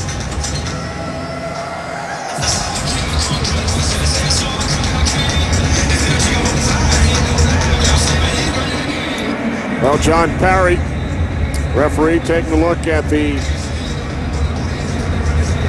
last play. Toby Gerhardt on 4th down. Well, you're going to get a pull and a wraparound. Not a fan of that in short yardage and goal line type plays because it allows for the linebackers to fill exactly how Anthony Hitchens did. He was unblocked right at the point of attack.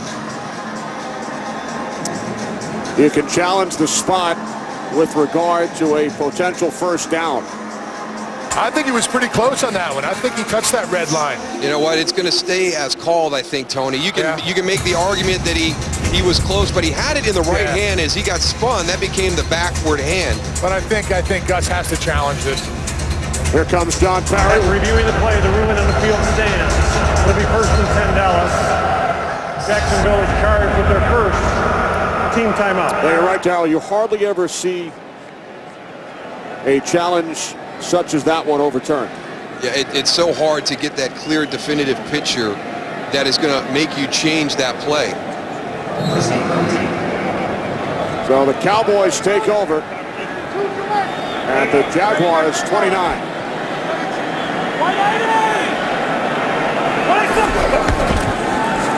Off the fake end around to Harris.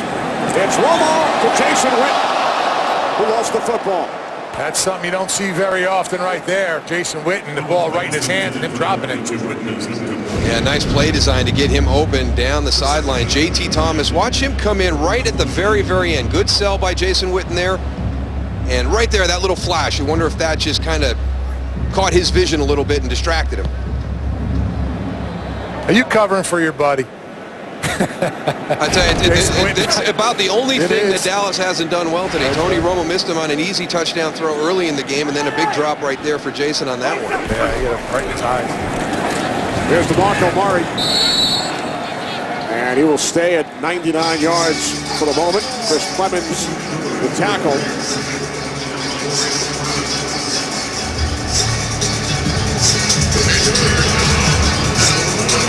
Can't say enough about this offensive line. Picture right there. These guys have really, been challenged. They had to go a little bit extra today against the Jacksonville team that was, number 3 in the league with sacks. That they wanted to bring pressure on Tony Romo, but they stoned him. And they just gave Tony Romo all the time in the world back there to go and find his receivers. And you can see the scoreboard in the left-hand corner there. That's what happens. 3rd down and 11. Play clock winding down. Romo steps up, fires for Terrence Williams, and it's broken up. Williams in the end zone, and it was Grotz on the coverage. Cowboys will punt it away. Just a little bit underthrown by Tony Romo right there because Dwayne Grotz is beat, and all he has to do is get that out towards the back of the end zone, and Terrence Williams is going to have a big play for a touchdown. A little pass interference right there they got away with. Never got his head back around. So Dan Bailey, who hit a 54-yard field goal earlier, which matched an NFL record here at Wembley. This a 48-yard attempt. And Bailey's kick is short.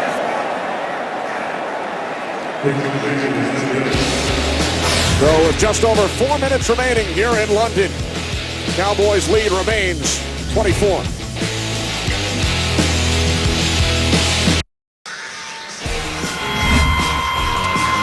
Back at Wembley, it's the 11th game played here, dating back to 2007. Giants and the Dolphins. One game in 2008, 9, 10, 11, and 12. Then 2 games last season and 3 this year. And 3 scheduled again next year with back-to-back games. I'm interested to see what the response is by the fans here in the UK. And as this spreads, we've got a lot of people traveling in here from around Europe to take part in the weekends where American football is played at Wembley. Lions with the big comeback. Win over the Falcons here 2 weeks ago. Jaguars in London for the 2nd straight year. 1st and 10 from the 38-yard line as Bortles is brought down by Anthony Spencer. Not a sack. He gained a yard on 1st down. So 3 more games here at Wembley. It was announced just a couple of days ago. Jets and Dolphins week 4. Then the back-to-back games. Bills, Jaguars, followed by Lions and Chiefs. Darryl, you played here in a preseason game with the Cowboys back in '93. The old Wembley Stadium. And that was Second of 2 preseason games the Cowboys played here in London. Pass broken up, intended for Hearns. And you guys faced the Detroit Lions that day. There is a flag as Hearns remains down.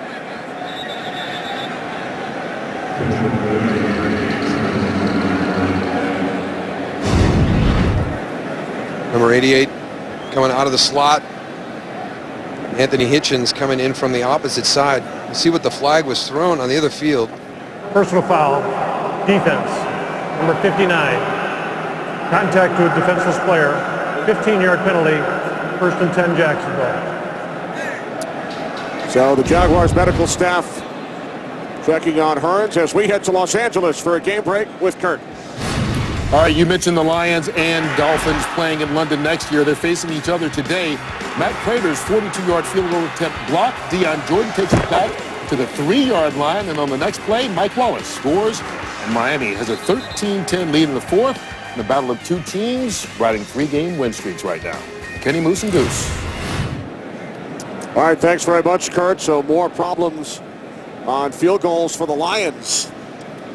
Prater hit the game winner here at Wembley 2 weeks ago. Hearns, the injured Jaguar.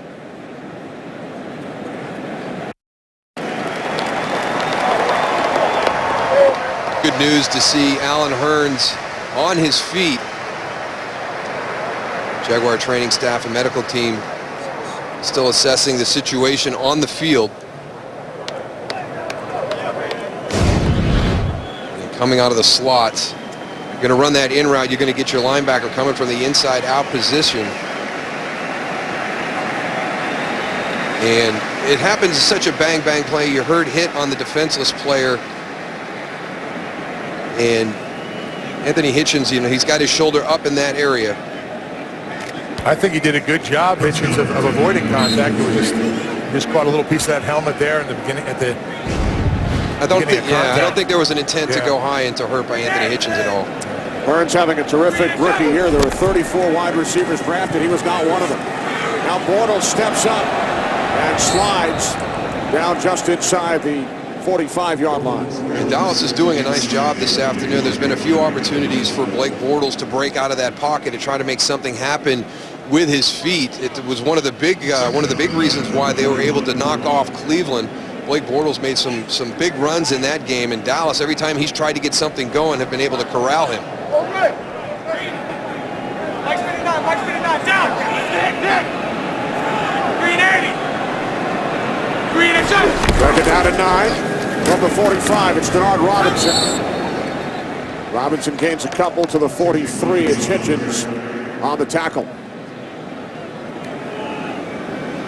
Very impressed with his performance today. Remember, Rolando McClain is out of the lineup this afternoon. He's active today, but has not played at all. And Anthony Hitchens taking advantage of that opportunity in the middle, having another nice afternoon after leading the team in tackles last weekend against Arizona. Cowboys at the linebacker position, of course, lost Sean Lee prior to the start of the regular season without Justin Durant as well. 3rd down and 7. And down goes Bortles back at midfield. Well, the Jacksonville Jaguars have struggled a little bit in pass protection when Dallas has added the extra player. You're going to wiggle in here and then come on the blitz. You're going to drop out. You're looking at those A-gaps. Only one guy comes. You've got twisting linemen. So Rod Marinelli throwing a lot at this offensive line and the running backs in pass protection. First sack of the season for Brandon Carr.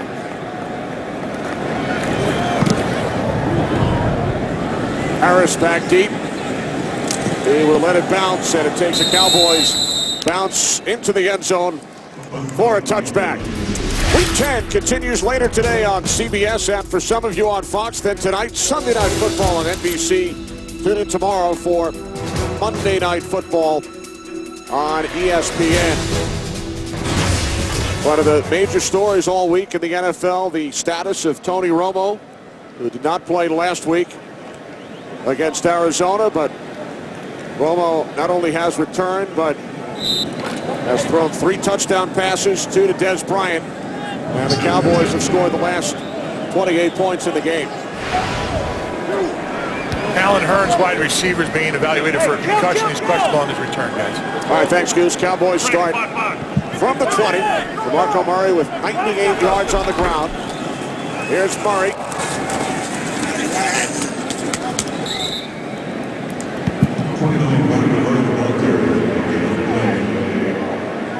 Second down and 10.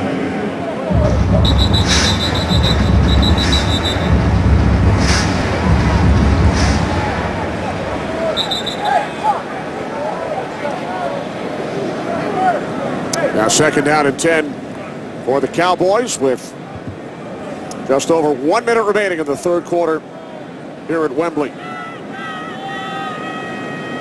Marco Murray slow getting up, and they're walking back to the huddle now, taking him off, bringing Joseph Randle in. Randle with the 40-yard touchdown run earlier. We saw Des Bryant go into the locker room moments ago. He has not returned to the field.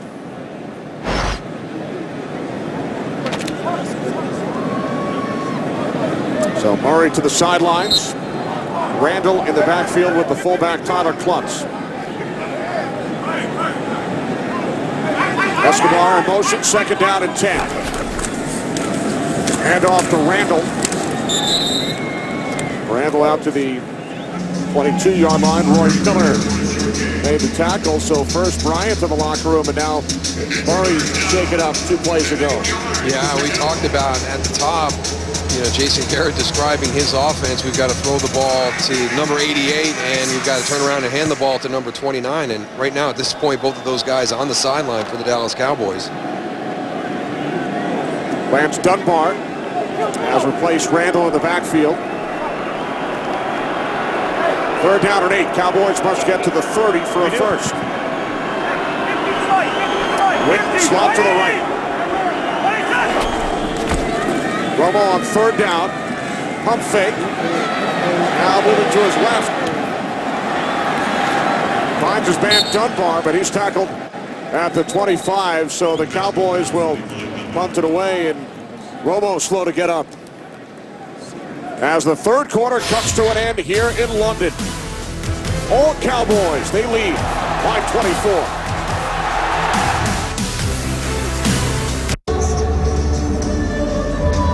31-7 lead for the Cowboys. DeMarco Murray shaken up. A couple of plays back. Des Bryant has returned from the locker room. He's riding the bike. Yeah, I think if you look at that situation, things look good for Des Bryant. DeMarco Murray went through some concussion evaluation, and here's the other part of this equation is Tony Romo extending this a little bit. He's going to take a hit from Ryan Davis right in that same area where he has the fractures of the transverse process. So that would be your biggest concern for the Dallas Cowboys. Your big three right now, all a little bit banged up on the sideline. While we're doing injuries, wide receiver Allen Hurns is out, guys. Number 88 for Jacksonville. He'll be out.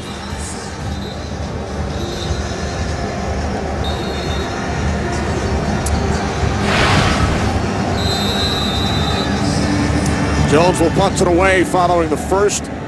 Dallas 3 and out today. Sanders back deep.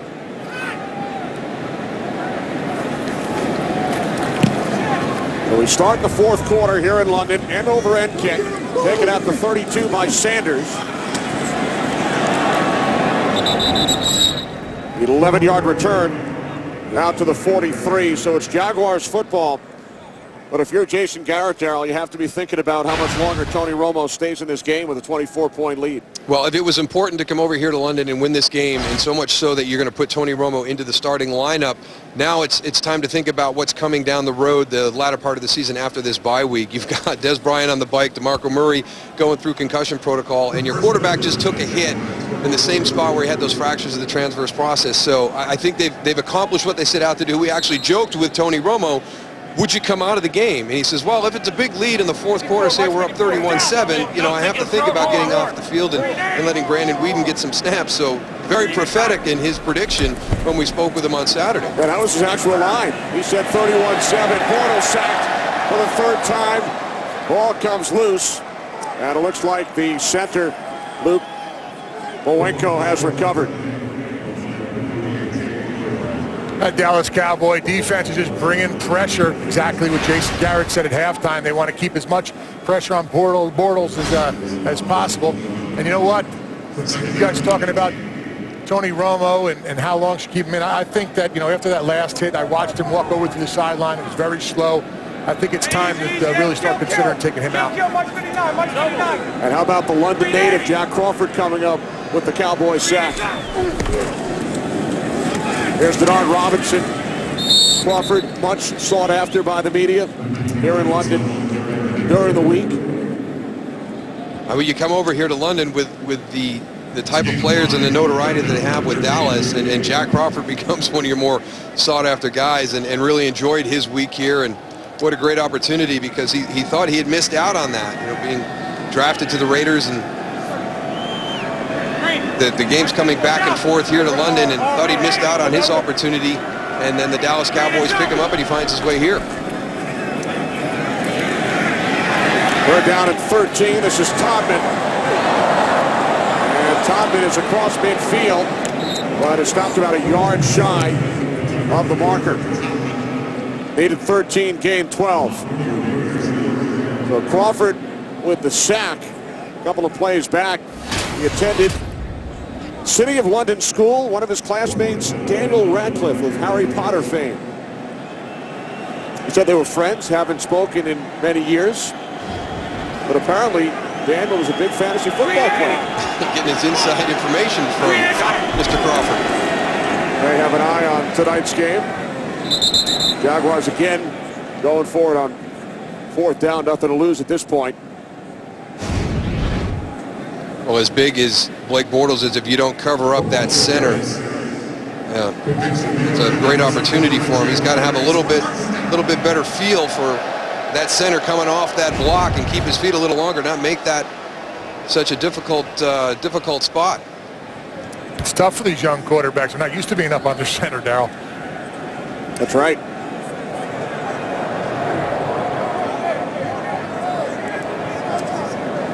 Although in talking to us about his career in Central Florida, Bortles said, I feel like I had an edge over some of the other guys coming out of college. We actually used signals and called plays. We didn't have to look at pictures on the sideline. Yeah, and it's one of those things, it's really difficult for some of the guys coming out of the college ranks, coming up to the NFL. We've seen it with E.J. Manuel, Geno Smith, some other younger guys coming out of those systems where the card system is in play as they pass plays out to their offense on the field.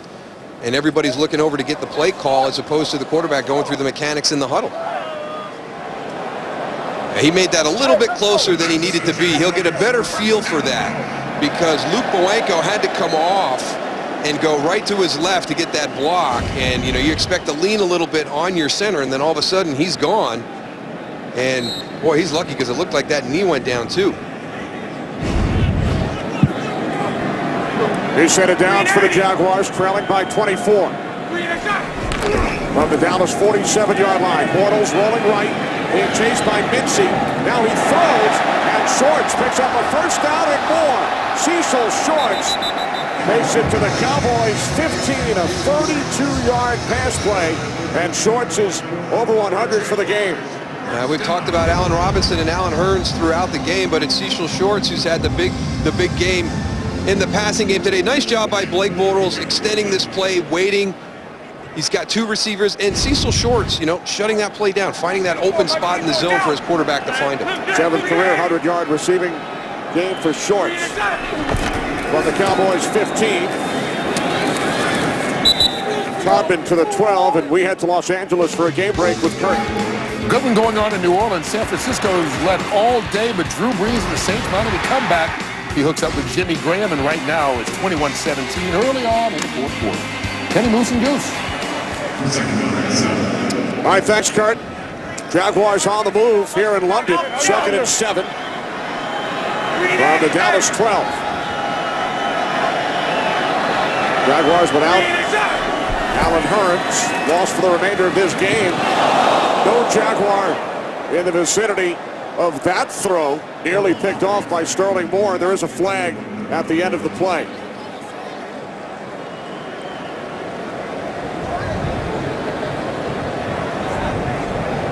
Marquise Lee really pleading his case.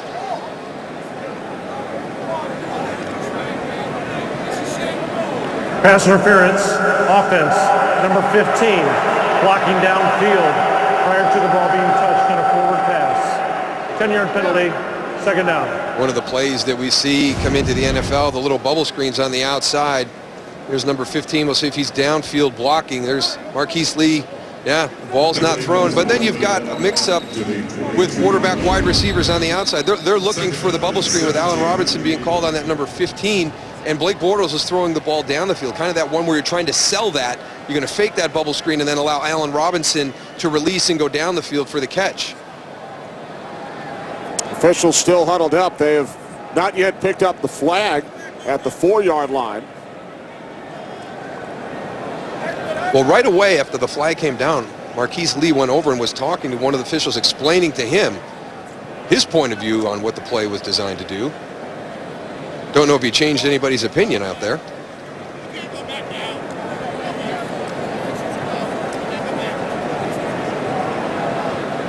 Quite a conference here.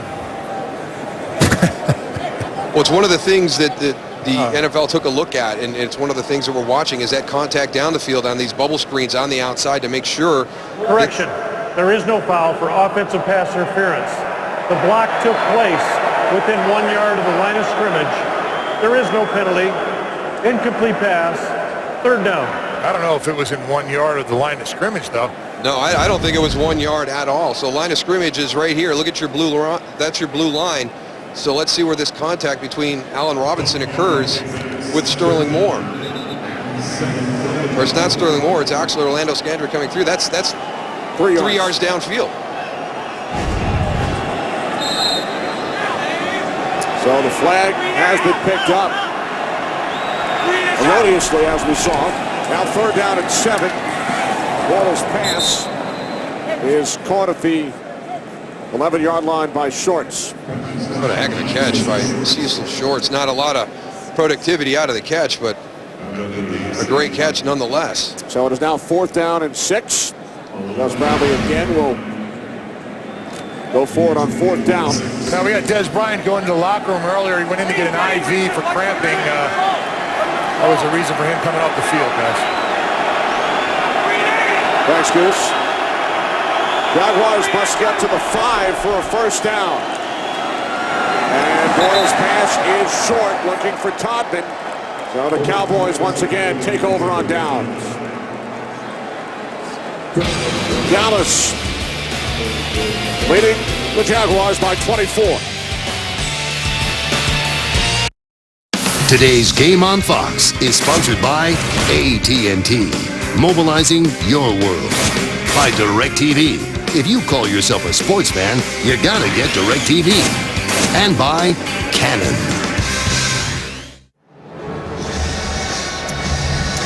Can't come to London without having some fish and chips. Not wrapped in newspaper. It's not traditional. Where? Come on, Kenny.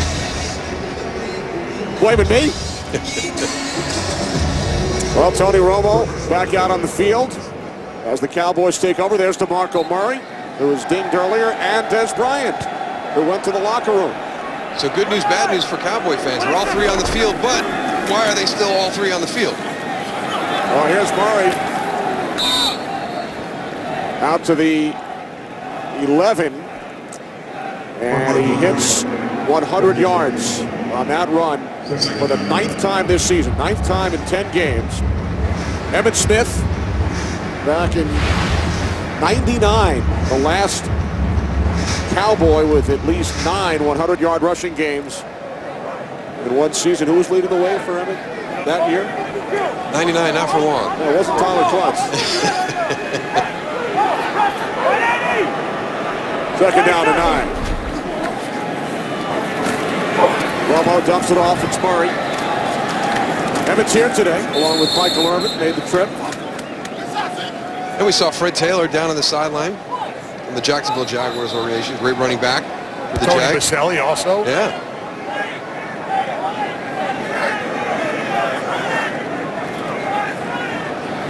Well, we talked about it at the top. You know, how is Dallas going to keep Tony Romo in the pocket, keep him clean, and look at the job the offensive line has done this evening here in London. Very impressive. And again, we'll go back to it. They played their best game of the year against the Seattle Seahawks. This is a very similar defense that Gus Bradley is installing here as the head coach of the Jacksonville Jaguars that he brought from Seattle, so a lot of confidence with this group that they would be successful.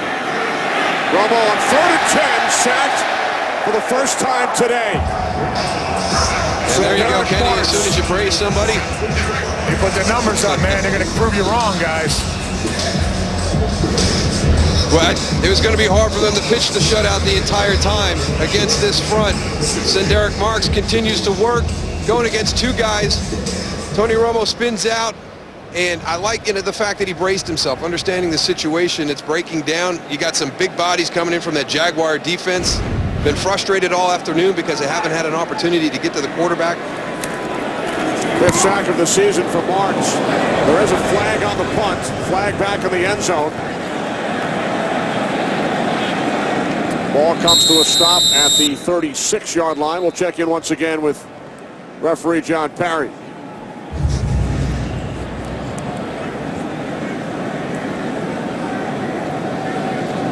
Prior to the kick, holding. Offense.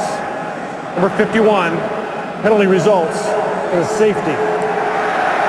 Holding in the end zone on the punt, Kyle Wilbur, the guilty Cowboy. So the Cowboys' lead is now 31-9. Well, the second special teams miscue for the Cowboys this afternoon. Chris Kemmons partially blocks a field goal attempt earlier this half. Watch your right guard, 51, as he sets back in protection. Now, this is a return, so Ziggy Hood, Ziggy Hood, number 92, is he's trying to hold up Kyle Wilbur. They're all locked up. To release, he throws him to the ground. That's going to get you a holding penalty every time as a player goes to the ground in that situation. So the hold happened in the end zone, so it's 2 points for the Jacksonville Jaguars. We saw a safety last time we were here in London, 2011, Bears and Buccaneers, and joked about some of the fans not understanding exactly why the points were put up on the board. But very knowledgeable fans here in London. We've spoken to many of them throughout the week.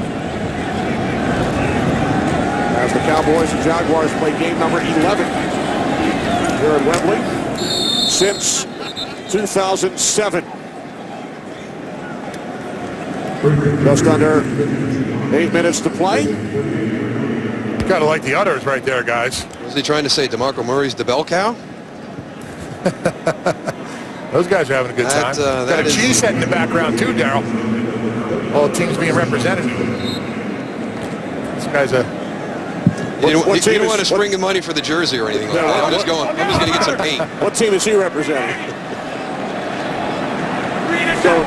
Shirts and skins. Bortles' pass is caught by Marquise Lee. 13-yard pass play to the Dallas 48. Yeah, and you can see we've talked about Gus Bradley and what he's trying to build in Jacksonville. Great example right there. Him right there on the sideline, up with his players, patting him on the back. Hey, well done, well done. Get back out there. Let's keep rolling here. I don't know if that was a catch. It looked like that second foot might have went out of bounds, guys. Bortles on first down. That time looking for Allen Robinson, and there is a flag. Yeah, Sterling Moore is shaking his head, but this is an easy call. He's through the back before the ball gets there. Pass interference. Defense. Number 26. Spotted a foul. 1st and 10. Jacksonville. Again, really sitting on routes this afternoon. We've seen a couple of examples of the Dallas defensive backs really sitting on these routes by the Jaguar receivers. From the Cowboys 39.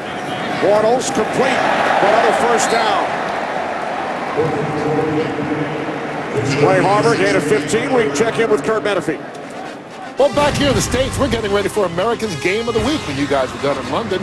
Most of you will see Russell Wilson and the Seahawks take on the New York Giants. Others would catch the team with the best record in football, Carson Palmer and the Arizona Cardinals against St. Louis. Kenny? All right, thanks, Kurt. Cardinals, of course, beat the Cowboys last Sunday to go to 7-1. Dallas played their last 3 games at home, losing 2 out of 3. Only team in the NFL with a perfect road record are the Cowboys, with wins at Tennessee, St. Louis, And Seattle, I guess you can call this the ultimate road game this season for the Cowboys. And what a job Bruce Arians is doing for the Arizona Cardinals.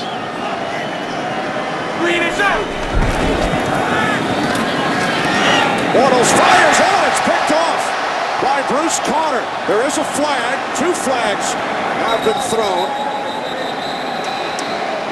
Big hit by J.J. Wilcox on the return. And Cecil Shorts, the recipient of that hit, remains down. Now this is going to go into the middle of the field, and Cecil Shorts is going to take a big hit after the interception by Bruce Carter. Second pick of the year for Carter. Shorts, the injured Jaguar. After the interception, personal foul. Today's game is sponsored by the new comedy Horrible Bosses 2 in theaters November 26th.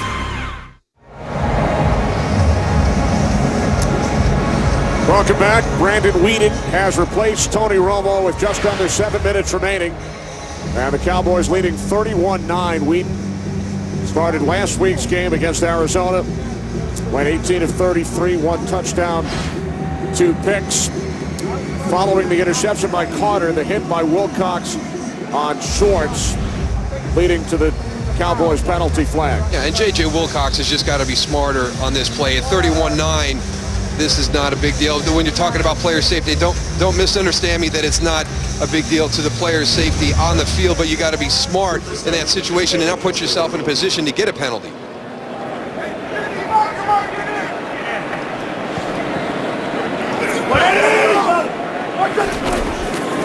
First and 10 from the 5-yard line. It's Joseph Randall. And we'll check in with Mike Pereira in Los Angeles. Check in with Mike. Your thoughts on that Wilcox hit?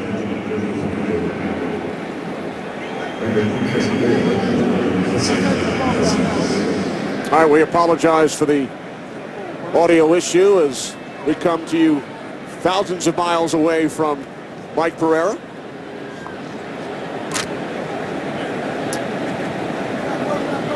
Cowboys traveled close to 5,000 miles, 4,300 miles from Jacksonville to London. Second down and 6. This is Randall once again. Joseph Randall with a 40-yard touchdown run earlier.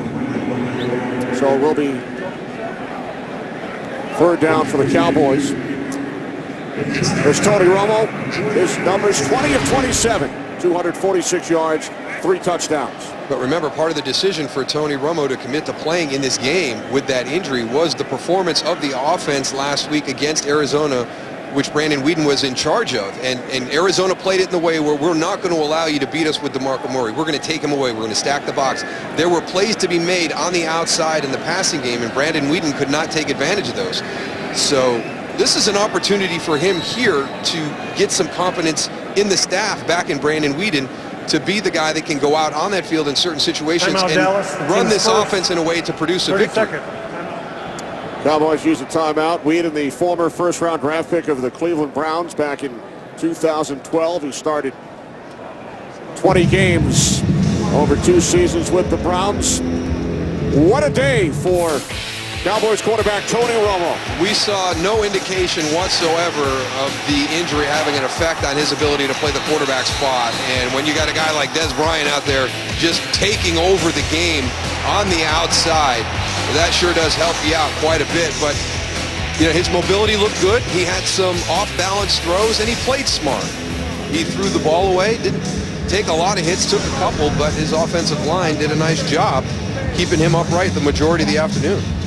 3 touchdown passes today, extending his NFL record on the road with a touchdown pass in 37 straight road games. He also has a touchdown pass in 37 straight games overall, no matter where they've been played, and that's the 5th longest streak in NFL history. Jason, well start. Offense number 82, 5-yard penalty, third down. That's on Witten. Romo had been tied with his idol, Brett Favre. Tony grew up in Wisconsin. They were tied with a touchdown pass in 36 consecutive games, tied for 5th overall, but Romo now 1 ahead of Favre. He has told us in the past, as a 12-year-old, I would watch Brett Favre, and that's why I started playing quarterback. Well, you can see a little bit of Favre in his style of playing the quarterback position with Tony Romo, extending the plays, the off-balance throws. Third down and 8. Whedon from the end zone throws. Catch is made at the 15-yard line by Witten. And he looks to have the first down. And then we spoke to Blake Bortles yesterday and asked him who his favorite quarterback to watch was. Brett Favre. What is it? How many years can we cover where you could be a fan of Favre? I mean, gosh, how many young guys out there have been influenced by the way that Brett Favre played the quarterback position and that unbelievable career that he had? I don't think there was a quarterback out there that had more fun than Brett Favre did. I mean, he was always smiling, always happy, running around, making things happen. He was an exciting player to watch. And Goose, you once told us the story. You were lined up against Favre, playing against Green Bay. Hey, Rico. You started making fun of how big your head was in your helmet. Yeah. Right before calling signals. Yeah, and the cadence. He would go, blue 26, Goose got a big head, blue 26. It was sort of very entertaining. But they wound up beating us anyway. Kenny didn't turn out to be a good day for us. That's why maybe the hat you're wearing today is not quite fitted properly. Is it? No, this is perfectly well? fitted. I don't know. Fitting well? Can you see that here? Look, that's a sized 6.5 because I have a very tiny head. But did they erase the 1 in front of the 6? No, they might have. I think they fudged the numbers a little bit. But Sky Sports, I want to thank them because they gave this to me last time we did a game here in London, and I brought it back. And I want to thank everybody at Sky Sports for going and getting me a little momentum that every time I come to London, I will be wearing. So I feel like I fit in here in the crowd. And we thank our entire crew. Guys came over early in the week. Some challenges in setting up in a stadium that is only used for NFL games now 3 times a year.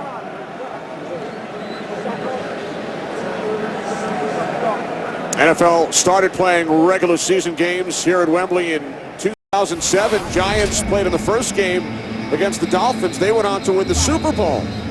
4 other teams have reached the postseason after playing in London during the regular season, including the Patriots and 49ers reaching the conference championship game the last 2 years. Yeah, I think one of the concerns about having the series as they were trying to work out things logistically was what would be the impact on the travel to and from London later in the season. As you can see right there, it has not had a negative effect on the teams that have had the opportunity to come over here and showcase their skills in the UK. Both teams came early in the week. The Jaguars flew right from Cincinnati after their game last week. Cowboys coming over on Monday. Third down at 7. Here's Randall. Randall stopped at the 23. 3.5 to play. Great job by our entire crew, led by producer Barry Landis, director Brian Lilly, our associate director Joe Williams, broadcast associate Paul Marmero, technical producers Sid Drexler and Dave Hill, technical director Gabe Bell, statisticians Rick Camps, Jason Thornberry, and Dave Corris, and our spotter Ben Bowman. 31-9 lead for the Dallas Cowboys. The Philadelphia Eagles leapfrogged the Cowboys into first place in the NFC East last weekend. Eagles at 6-2. Cowboys coming into this game 6-3. Philadelphia will host Carolina tomorrow night. You forgot Nick Gagliano, my sideline producer, Kenny. He's very upset with you that you didn't mention him. Nick's first trip to London. He's had a blast. Exciting. So the Cowboys will raise their record to 7-3 by next week. And then Dallas will play 4 of their last 6 games against division opponents, including 2 with the Eagles. 2 in 3 weeks, Kenny. And for the Jaguars, following their bye, they will travel to Indianapolis and then host the Giants. Sanders to the 47. The final 3:20 from Wembley when we return. It has certainly been an enjoyable week for our crew. Buckingham Palace. Abbey Road. Which one's McCartney? Well, he was supposed to take his shoes off. I don't know. He refused. He said it was a little chilly. Aiden leaving the shoes on as he crossed Abbey Road by the Abbey Road Studios. Bortles wrapped up. Down he goes. Back at the 40-yard line. 4th sack of the day for the Cowboys, Cameron Lawrence. That's one of the areas that the Dallas defense did a nice job today, and compliments to Rod Marinelli putting the game plan together. Really challenged the Jacksonville Jaguar pass protection with a nice blitz package. That pass deflected and then caught by Todman. On the deflection by Keith Smith. Cowboys only 12 sacks coming into the game. They have 4 today. Smith getting a hand on it. Todman says, look what I found. And for the Jaguars, Darryl, you add injury to insult, losing the game, and they've lost 2 of their top 3 wide receivers to injury, Allen Hurns, and then Cecil Shorts on the hit from J.J. Wilcox.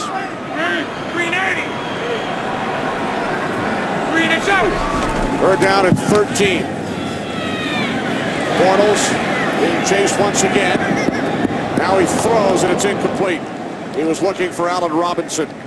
Well, you know, Gus Bradley is in a fortunate position because he has the support of ownership. Shed Khan understands they had a really good connection during the interview process, and when he spoke to Shed Khan about we must improve every day, he's already spoken to Gus Bradley during the course of a tough opening year, and then again this season at 1-8 about I see the improvement, I see the team getting better, and you're going to have these growing pains as you're going through this process, but I think he's in a good position. I think he is going to build this on a really strong foundation. When you sit down and you talk with Gus Bradley, it's a very unique approach. It's something that I would have loved to have been involved in.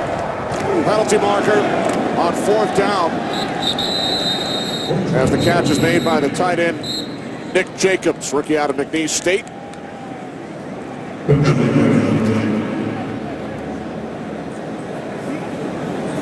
Prior to the pass, holding, defense, number 53.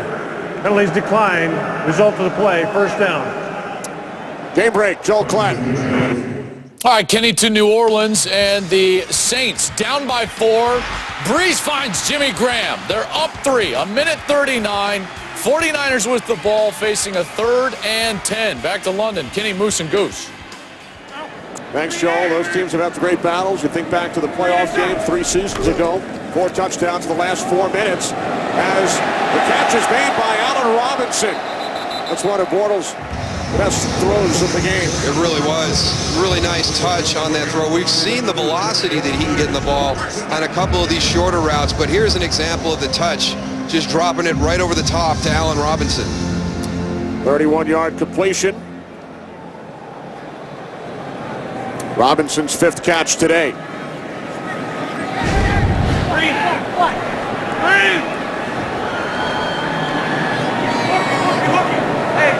First and 10 from the Cowboys 12. Empty backfield with 2:25 remaining. Penalty flag. 2 flags. Finding his way to the 10-yard line is Ace Sanders.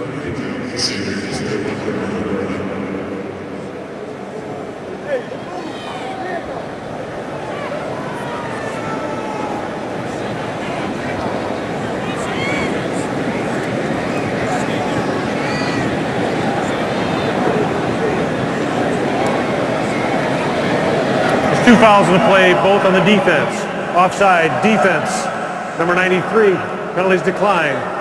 Holding, defense, number 37. 5-yard penalty, 1st down. C.J. Spillman, number 37, working against Nick Jacobs. That's an easy call for the officials on the field. Now 1st and goal from the 7 following the penalty. Bortles steps up, now throws to the end zone. There's a flag. It's picked off. 3 flags are thrown. 3 penalty markers as this is taken into Jaguars territory by Spillman. And he's tackled at the 32. Chased down by Zane Beadles. Great hustle by Zane Beadles in that situation. One of your big linemen running that down. Pass interference defense, number 38. First down at the spot of the foul. Jackson will get the ball back. So it's Jeff Heath, the guilty Cowboy. What stinks about that for the big guys, they had to run all the way down the field. Now they got to go all the way back. That's right. They did almost 110 yards on that one. Now they got to go right back and play the next snap. So Heath called for the penalty. The ball actually deflected off his back. Penalty negates a 72-yard return by Spillman. It will be first and goal from the Cowboys 1.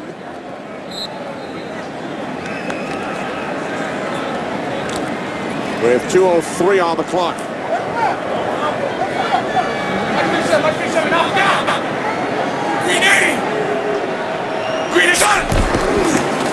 Toby Gerhart. Oh, and he's wrapped up by Keith Smith. As we hit the 2-minute warning here in London. Smith coming up to make the play for the Cowboys, who lead by 22.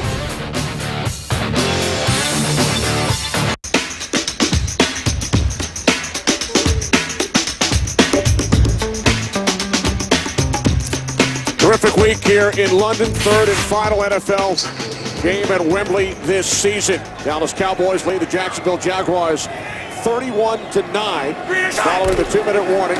Bortles handing it off to Denard Robinson, and Robinson is in his second touchdown today. Yeah, they have gone inside with Toby Gerhart on a couple of occasions here in short yardage and goal line, and it hasn't worked. And been waiting for that play call. Get Denard Robinson on the edge and allow him to use his athleticism to find his way into the end zone or find his way to convert that first down.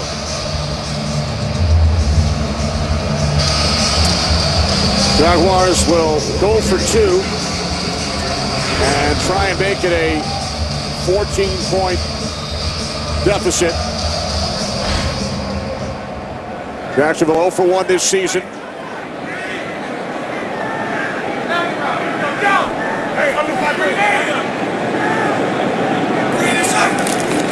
There's Bortles, 2-point conversion. And the catch is made by Allen Robinson. So the Jaguars will do it in 14. Seen him trying to bang it inside in between the tackles with little success this afternoon. So let's get out here. Let's get on the edge. Let's let our athletic running back try and find his way into the end zone. Good job by the offensive line and the receivers on the outside. And then Allen Robinson, nice catch. Nice throw by Blake Bortles for the 2-point conversion. So the Jaguars with 10 points here in the fourth quarter. A safety, a touchdown, and a 2-point conversion. Coming into this weekend, there have been 4 successful onside kicks this season. 3 of the 4 by the Colts. Jaguars have the other.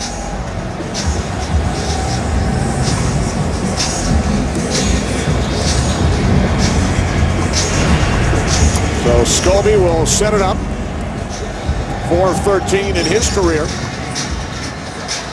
Scobie grew up in Texas, big Cowboys fan as a youngster. Here's your designated catcher right here. Everybody else is going to clear the way, keep Jason Witten safe on the onside kick. Here it comes. You called it. Jason Witten.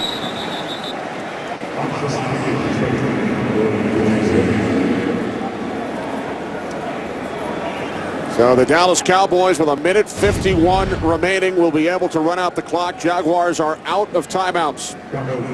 I was always a guy on the front line, Kenny. I was in front of Jay Novacek. I was a designated blocker on the onside kick. It's not a whole lot of fun. At least you're on the hands team, Darryl. I never really got on that one. Not for hands, though. I don't think I qualified because of hands. So Jason Garrett's Dallas Cowboys will raise their record to 7-3 following back-to-back defeats. Jaguars will drop to 1-9 as Brandon Wheaton takes a knee. America's Game of the Week coming up. Many of you will see the Seahawks and the Giants. Others, the Cardinals and the Rams. Big day for Tony Romo and his return after missing the game last week. Threw for 3 touchdowns, including 2 in the second quarter to Des Bryant. You think the Rams can take down Seattle, San Francisco, and Arizona in consecutive weeks? Wow. What a job Jeff Fisher's club has done in the previous 2 seasons under Fisher. They play their best football against their division rivals, especially defensively.